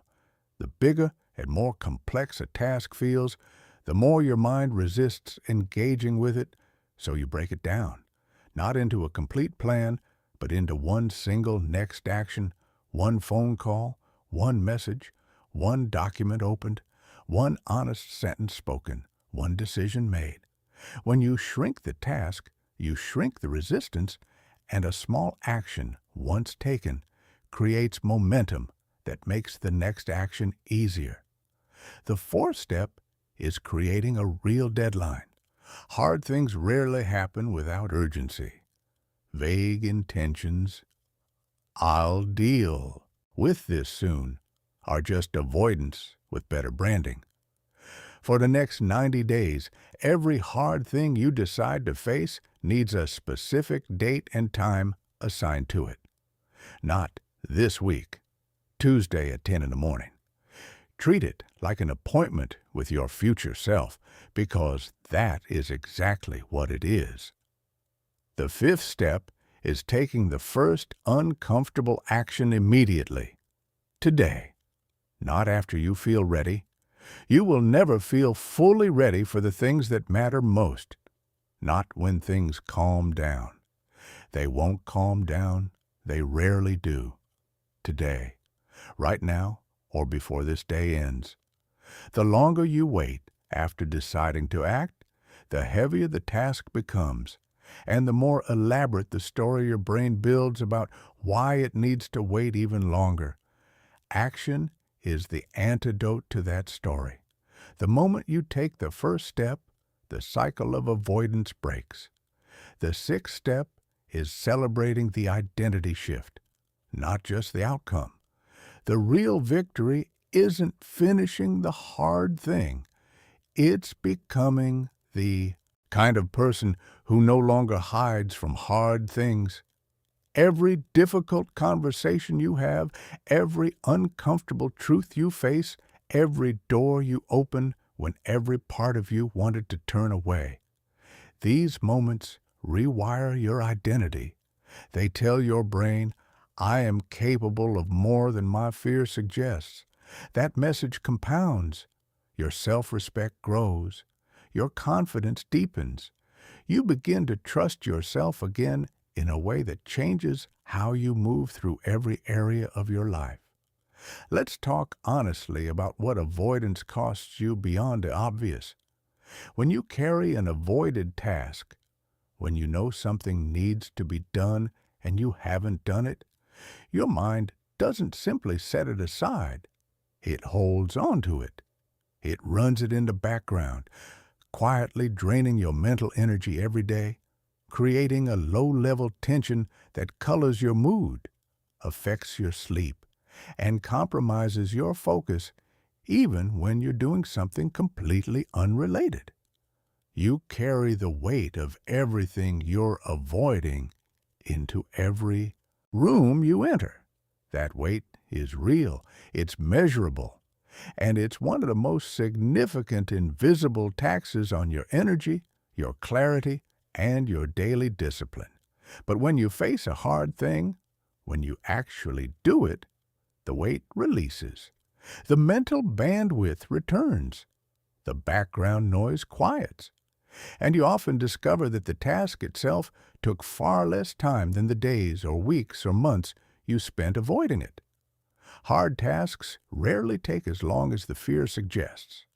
What takes long is the emotional buildup, the internal negotiation, the daily cost of postponement.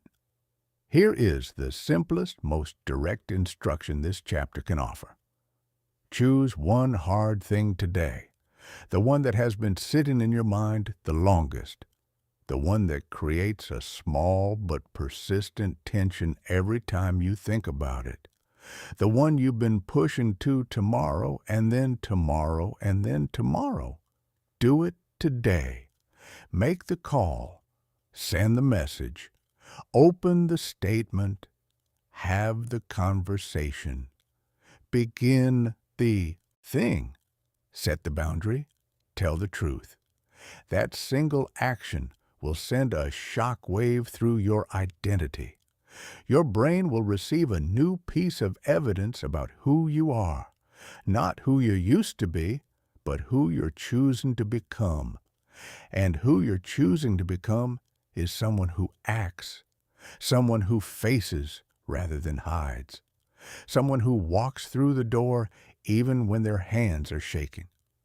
When you've faced enough hard things, when this becomes a pattern rather than an exception, something remarkable happens. You become unshakable, not because the world stops being difficult, but because you stop being afraid of difficulty. You walk differently. You speak more honestly. You make decisions more cleanly.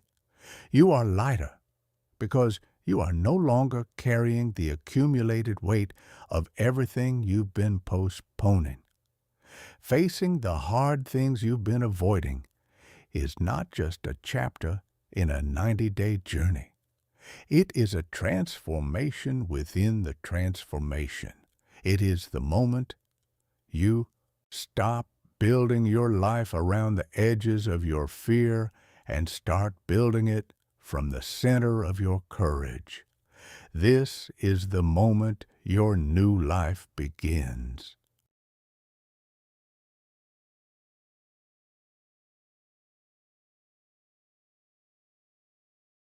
Chapter 8. Design an environment that works for you.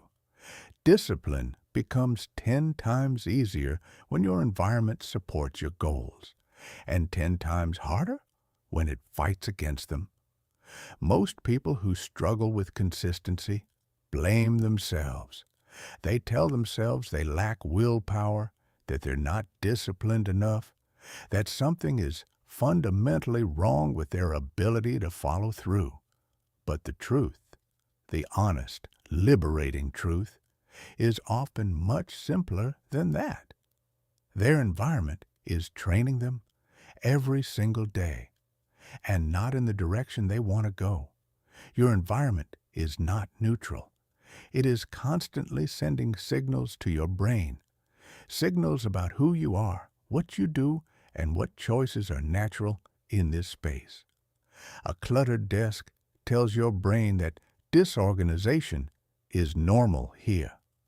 A phone on the bedside table tells your brain that the first act of the day is checking in with the world. A workspace full of distractions tells your brain that distraction is the default mode. You rise or fall to the level of the environment you inhabit, not because you're weak, but because humans are deeply, powerfully shaped by context. If your surroundings encourage growth, you will grow even on the days your motivation is low. If your surroundings encourage distraction, you will be distracted even on the days you genuinely want to focus. Environment works on you whether or not you're paying attention to it. This is not a personality problem. It is a design problem, and design problems have design solutions. You do not need more willpower to transform the next 90 days. You need an environment that reduces friction, removes temptation, and makes the right choices feel like the natural choices. When your space is aligned with your goals, your habits become almost automatic. The environment does much of the work that motivation used to have to do. And motivation, as we've established, is unreliable. Let's walk through the 4 layers of environment design. When all 4 are addressed and aligned, transformation stops feeling like an uphill battle and starts feeling like the natural direction of your life. The first layer is your physical environment. Your physical surroundings are the foundation of your daily habits.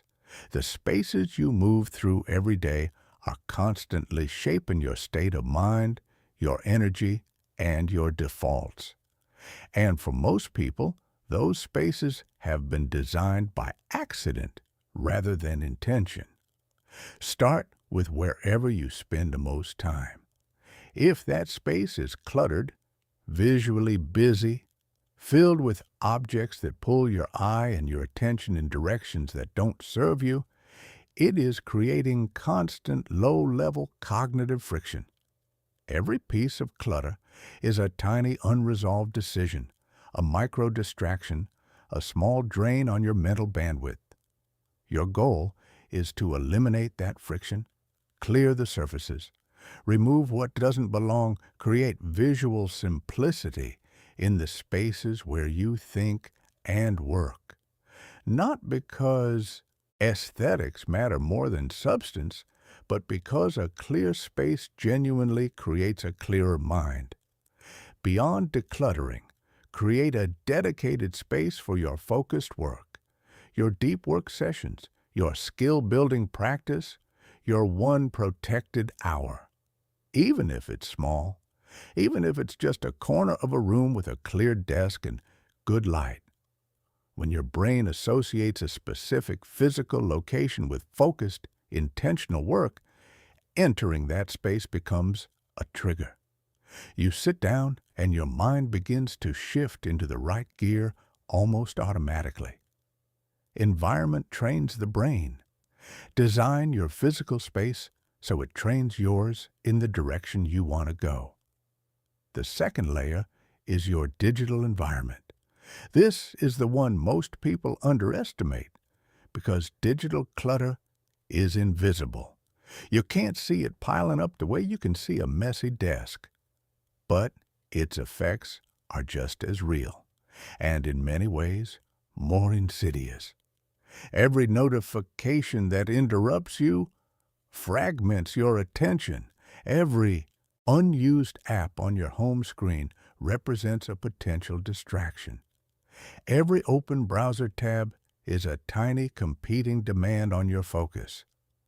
The algorithm-driven feeds of most social platforms are literally engineered by teams of brilliant people to keep your attention as long as possible, and to make you feel a vague sense of incompleteness that keeps bringing you back. Your phone is either your tool or your master. For the next 90 days, it needs to become your tool. Reorganize your phone with intention. Move distracting apps off your home screen or delete them entirely for the duration. Turn off every notification that isn't genuinely important. Not just muted, but off. Put your phone in a different room during your focus blocks. Simplify your digital workspace too. Close the tabs you haven't used in days. Organize your files.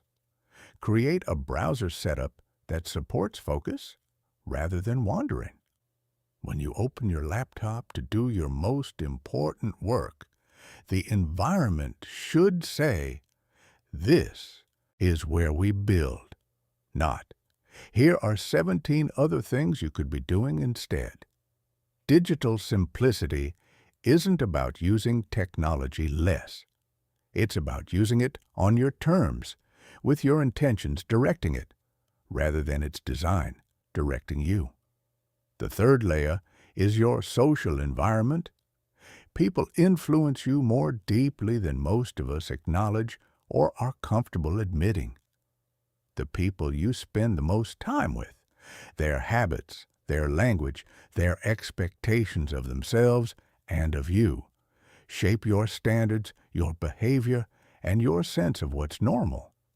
This doesn't mean you need to dramatically overhaul your social life or cut people out of your world. But it does mean being honest about the energetic reality of your relationships. Some people in your life will energize you.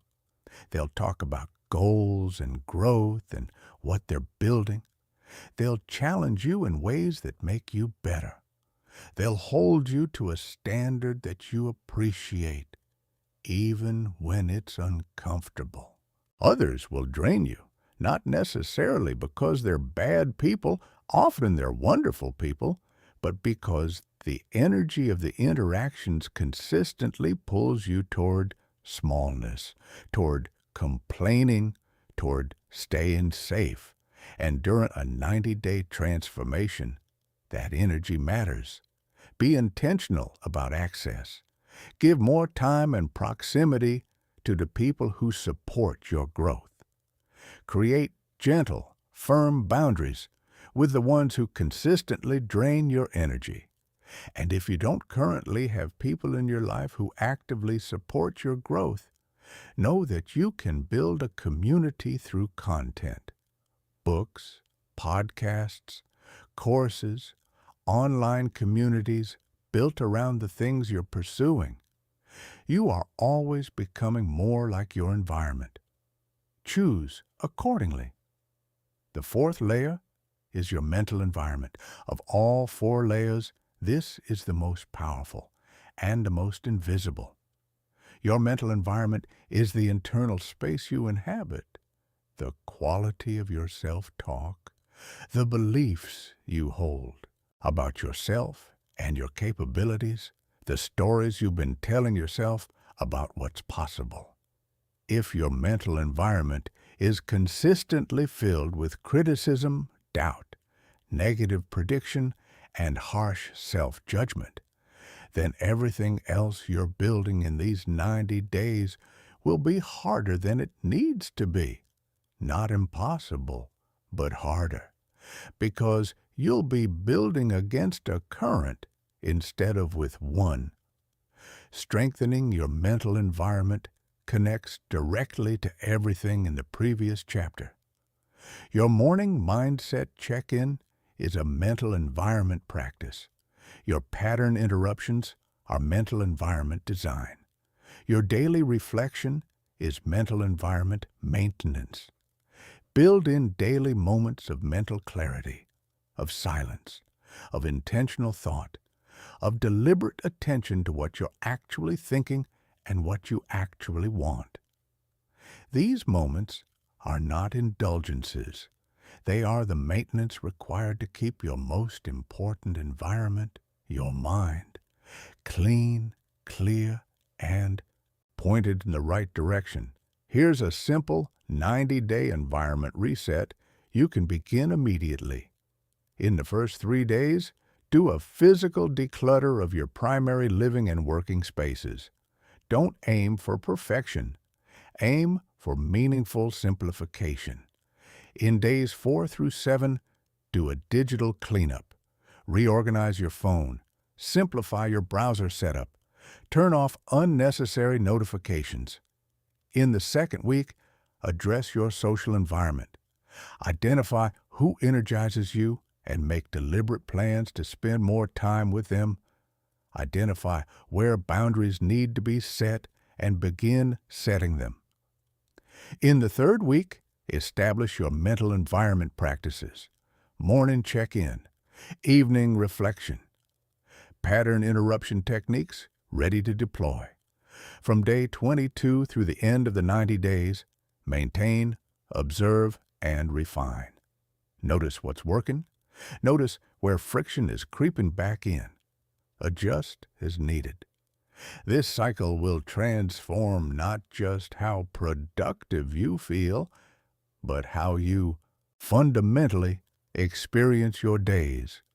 When you stop fighting your environment and start being supported by it, an enormous amount of energy becomes available for growth. Your environment sends constant signals to your brain about who you are. Design it to send the right ones. A clean, intentional workspace says, I'm someone who focuses. A phone without constant notification says, I'm someone who protects my attention. A morning without digital noise says, I'm someone who leads my day. A social circle that supports growth says, I'm someone who takes my development seriously. Identity is built through cues, and your environment is the most powerful source of cues you have access to. Design it with intention, and watch how much easier everything else becomes. Chapter 9. Track, Review, and Adjust. Your weekly superpower. One of the quietest reasons people fail to change their lives has nothing to do with effort, motivation, or talent. They simply never look at what they're actually doing. They don't track anything. They don't measure progress. They don't review their choices. They don't adjust their approach. They move through their days on a kind of hopeful autopilot, believing things are improving, assuming the habits are sticking, trusting the feeling of being busy as evidence of moving forward. And in the absence of real data, guesswork fills the gap. Guesswork leads to inconsistency. Inconsistency leads to confusion. Confusion leads to the slow erosion of belief that change is even possible. If you want your 90 days to genuinely transform your life, you have to stop guessing and start tracking. Not obsessively, not in a way that becomes its own source of stress, but honestly, clearly, and consistently. Here's a principle worth writing down somewhere. You'll see it often. What gets measured improves. What gets reviewed accelerates. What gets adjusted becomes unstoppable. A 90-day transformation is not a straight line. It is not a smooth upward curve of constant improvement. It is a cycle of learning, adjusting, stumbling, returning, and rising. Tracking is how you make that cycle conscious rather than random. It's how you turn your daily experience into information you can actually use. Let's start with an honest truth about memory. Yours is unreliable when it comes to personal progress. Your memory forgets wins. It amplifies failures. It distorts the timeline of your growth in ways that almost always make progress feel slower and smaller than it actually is.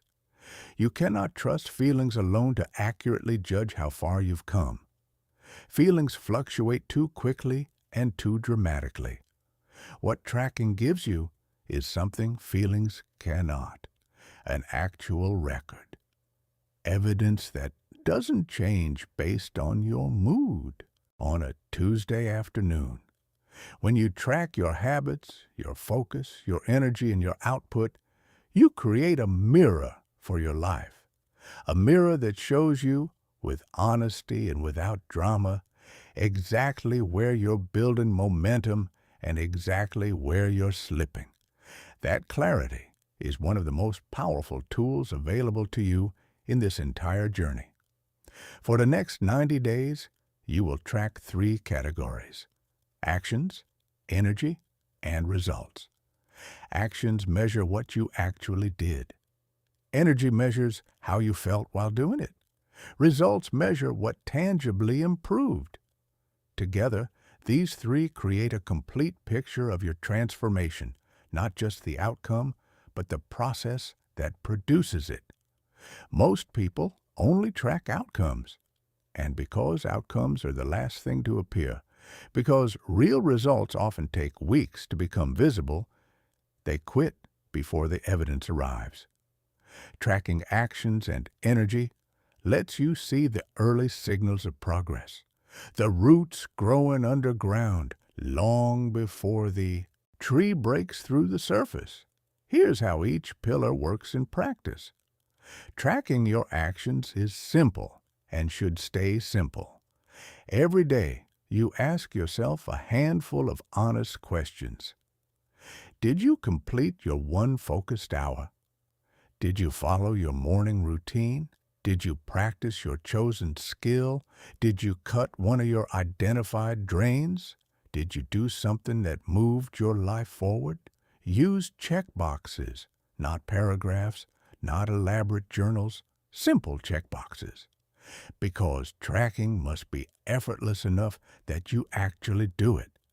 If the tracking system becomes a burden, it will be the first thing abandoned when life gets busy. Keep it lean. Keep it honest. Your actions are your daily evidence. Even on the days when results aren't visible yet, your checked boxes are proof that you are building. That momentum exists, even if you can't feel it yet. Tracking your energy is equally important and equally simple. Each day, rate your energy on a scale of 1 to 5. 1 means exhausted. You were running on empty, and it showed. 3 means neutral. You were functional, but not thriving. 5 means strong. You were fully engaged, clear-headed, and capable. Over time, energy tracking reveals patterns that would otherwise stay invisible. You begin to notice that your energy consistently drops on nights when you stay up too late, that it rises reliably after exercise, that certain conversations drain you more than you'd consciously acknowledged, that certain foods, certain schedules, certain environments reliably shift your state in one direction or another. Energy is information, and once you can see the patterns clearly, you can adjust intelligently, not through willpower alone, but through design. Tracking your results is where you get to step back and see the bigger picture. Unlike actions and energy, results should be reviewed weekly rather than daily. Daily result checking creates anxiety. The changes are too small to register meaningfully on a day-to-day basis. Weekly result review creates clarity. Every 7 days, you look at what improved, what stayed the same, what slipped, and what surprised you. This weekly moment is where data becomes understanding, and understanding is where real growth lives. The weekly reset ritual is the practice that will elevate your 90 days more than almost anything else. It is your moment to pause, step back from the chaos of daily life, and look at your journey with perspective. Here is a structure that works. Step 1. Review your actions. Look at your check boxes for the week. Count your wins and your misses without judgment, with honest curiosity. If you completed 60 or 70% of your intended actions, you are making genuine progress. Consistency is not perfection. It is doing the right things more often than not over time. Step 2. Review your energy. Study the patterns from your daily ratings. Which days felt heavy and which felt light? What influenced those differences? What adjustments could you make to protect your energy more effectively next week? Step 3. Review your results. Look for the small wins that are easy to overlook. A clearer mind, a completed project, a skill that clicked in a new way, a difficult conversation that you finally had, a habit that held for the full week. Progress is often subtle long before it becomes dramatic. Honor the subtle wins. They are the foundation of everything that follows. Step 4. Identify one thing to improve next week. Just one. Not a list of 10 corrections, not a complete overhaul of your approach. One specific, actionable improvement. Because improvement thrives on focus, and one genuine improvement per week means 12 meaningful upgrades over the 90 days. That compounds into something remarkable. Step 5. Reset your space. Before the new week begins, clear your physical and digital environment. Clean your desk. Organize your tools. Prepare your space for what's coming. This small act signals to your brain that a fresh chapter is beginning. Step 6. Rewrite your 3 priorities for the coming week. Set your direction clearly before the week pulls you in its own direction. When you know where you're going before the week begins, your daily actions become intentional rather than reactive. Step 7. Recommit. Out loud if possible. Say it directly. I am not here to repeat last week. I am here to rise. This is identity training in its simplest form. Every week, you strengthen the belief that you are someone who shows up, who learns, who adjusts, and who keeps going. Tracking creates transformation for reasons that go beyond the obvious. It destroys the illusion of failure, because when you can see your actual actions on paper, you often discover you've made far more progress than your feelings were reporting. It reveals your real patterns, the honest truth of how you're spending your time and energy. It keeps you honest with yourself in a way that's compassionate rather than harsh. And most powerfully, it builds self-trust. Every box you check is a small piece of evidence that you are becoming the person you said you would be. That evidence accumulates, and accumulated evidence of follow-through is the foundation of genuine confidence. By the end of 90 days of honest tracking, you will know yourself in a new way. You will understand what drains you and what strengthens you. You will know your real patterns, not the idealized version, not the story you tell yourself, but the actual data of your actual life. And you will be able to design your next chapter with that knowledge guiding every decision. The untracked life repeats. The tracked life evolves. Choose to evolve. Chapter 10. Identity Shift. Become the person who doesn't quit. Every real transformation eventually arrives at the same threshold. The moment when systems aren't enough, when habits aren't enough, when discipline alone can't carry you through. Because all of those tools, powerful and necessary as they are, depend on something deeper, something that either holds everything together or lets it all quietly unravel. Identity, the story you tell yourself about who you are. Without an identity shift, the old version of you will always eventually pull you back. Old patterns feel familiar, old defaults feel safe, and familiarity, even when it's painful, has a gravitational pull that habits alone cannot overcome. But with a genuine identity shift, with a new story about who you are and what you're capable of, the old version loses its grip. Because you are no longer the person those old patterns belong to. This final chapter is not about adding another habit or building another system. It's about becoming someone different, someone stronger, clearer, and more committed than the person who started these 90 days. Someone you would have admired from a distance, looking back from where you were. Someone who doesn't quit. Let's be honest about something important before we go further. For years, maybe decades, you've been living inside a particular story about yourself. A story built from your past experiences, your failures, the things people said about you, the patterns you fell into and couldn't seem to escape. That story felt true because you kept living it out. And you kept living it out because it felt true. Identity works in loops. You act according to who you believe you are. Your actions create evidence. The evidence reinforces the belief. The belief drives the actions. Around and around it goes. The only way to break the loop is to interrupt it, to begin acting like a different person before you feel like one, before the evidence is there, before the results are visible, before it feels natural.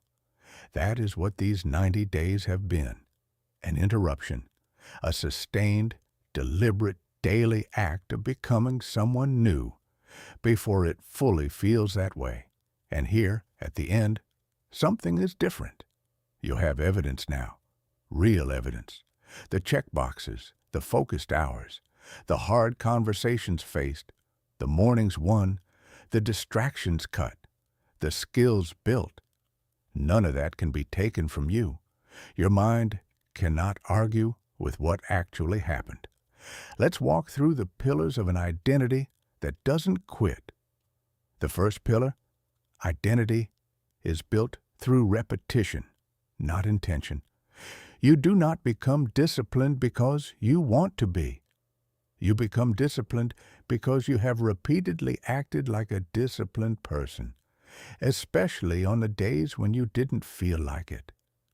Every time you chose consistency over excuse, your identity strengthened. Every time you showed up on a hard day, the new version of you became more real.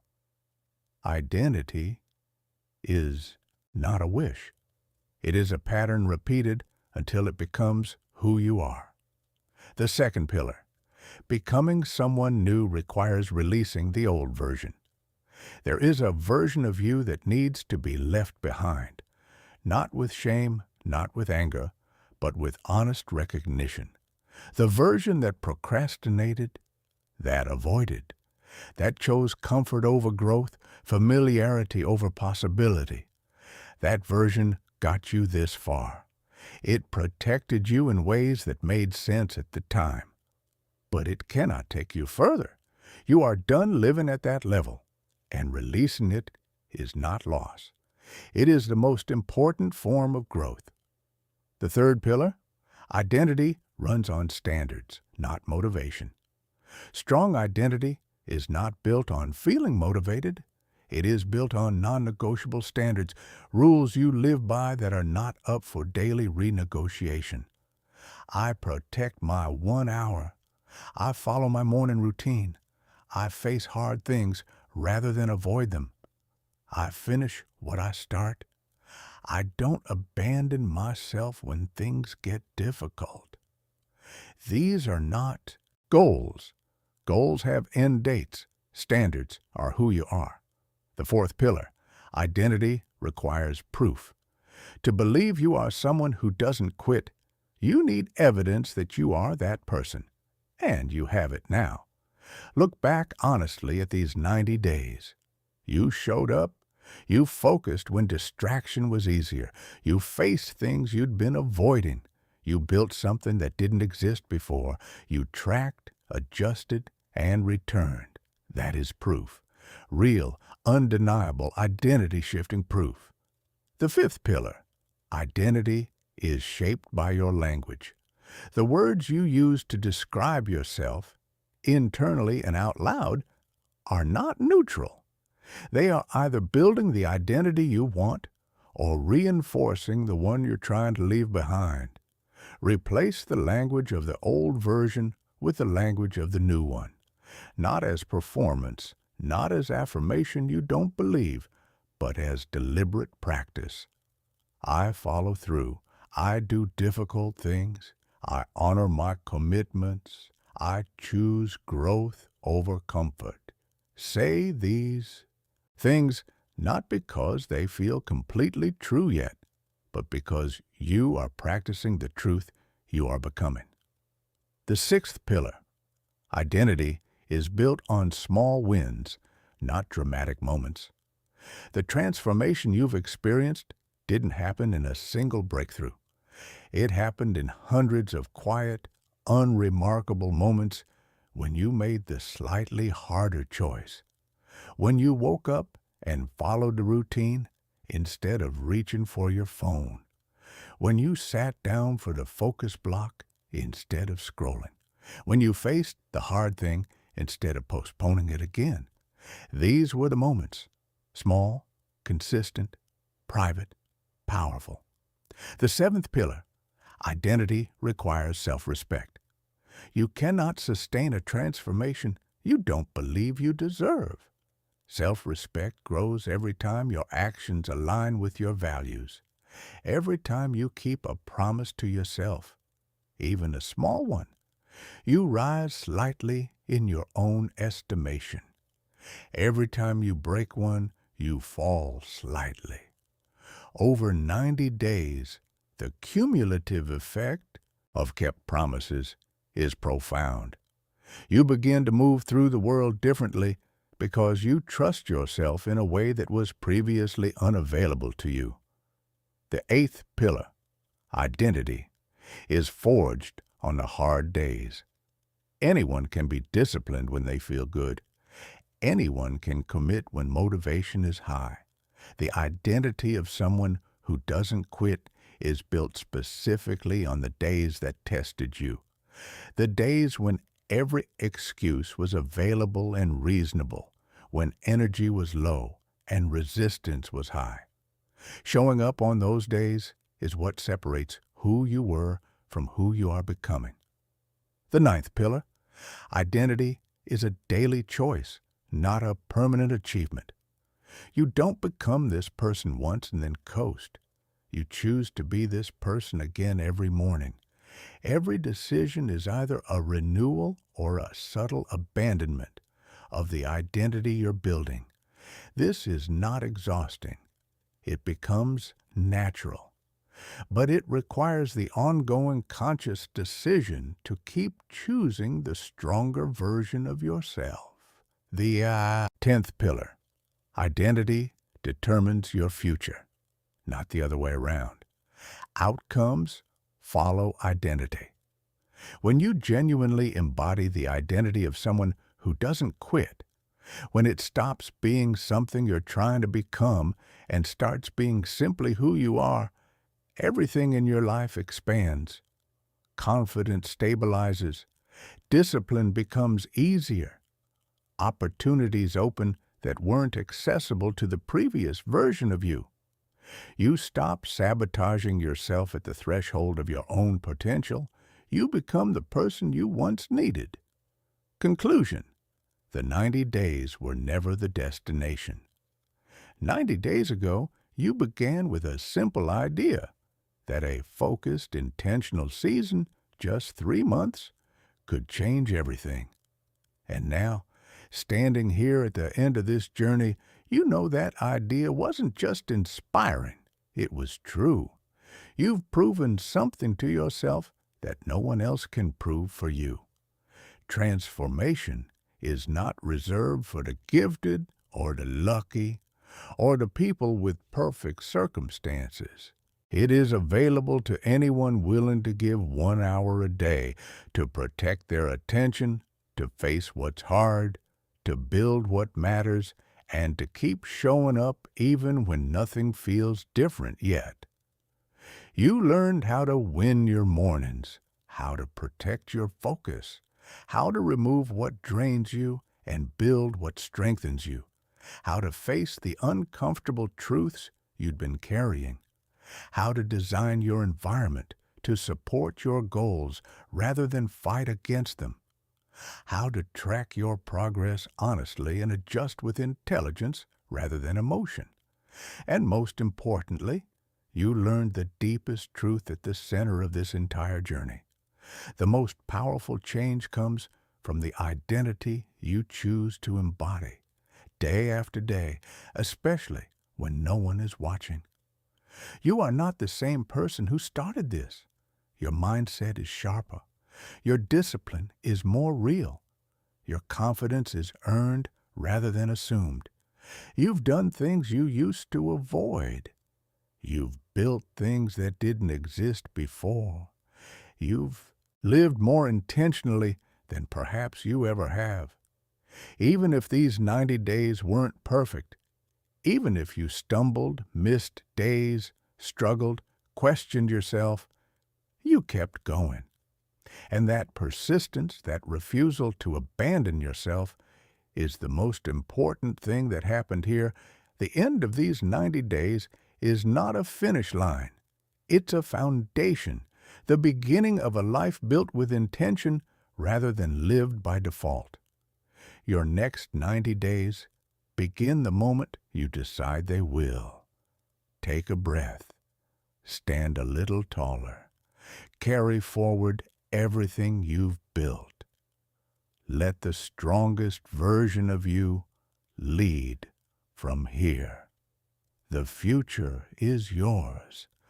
Go create it.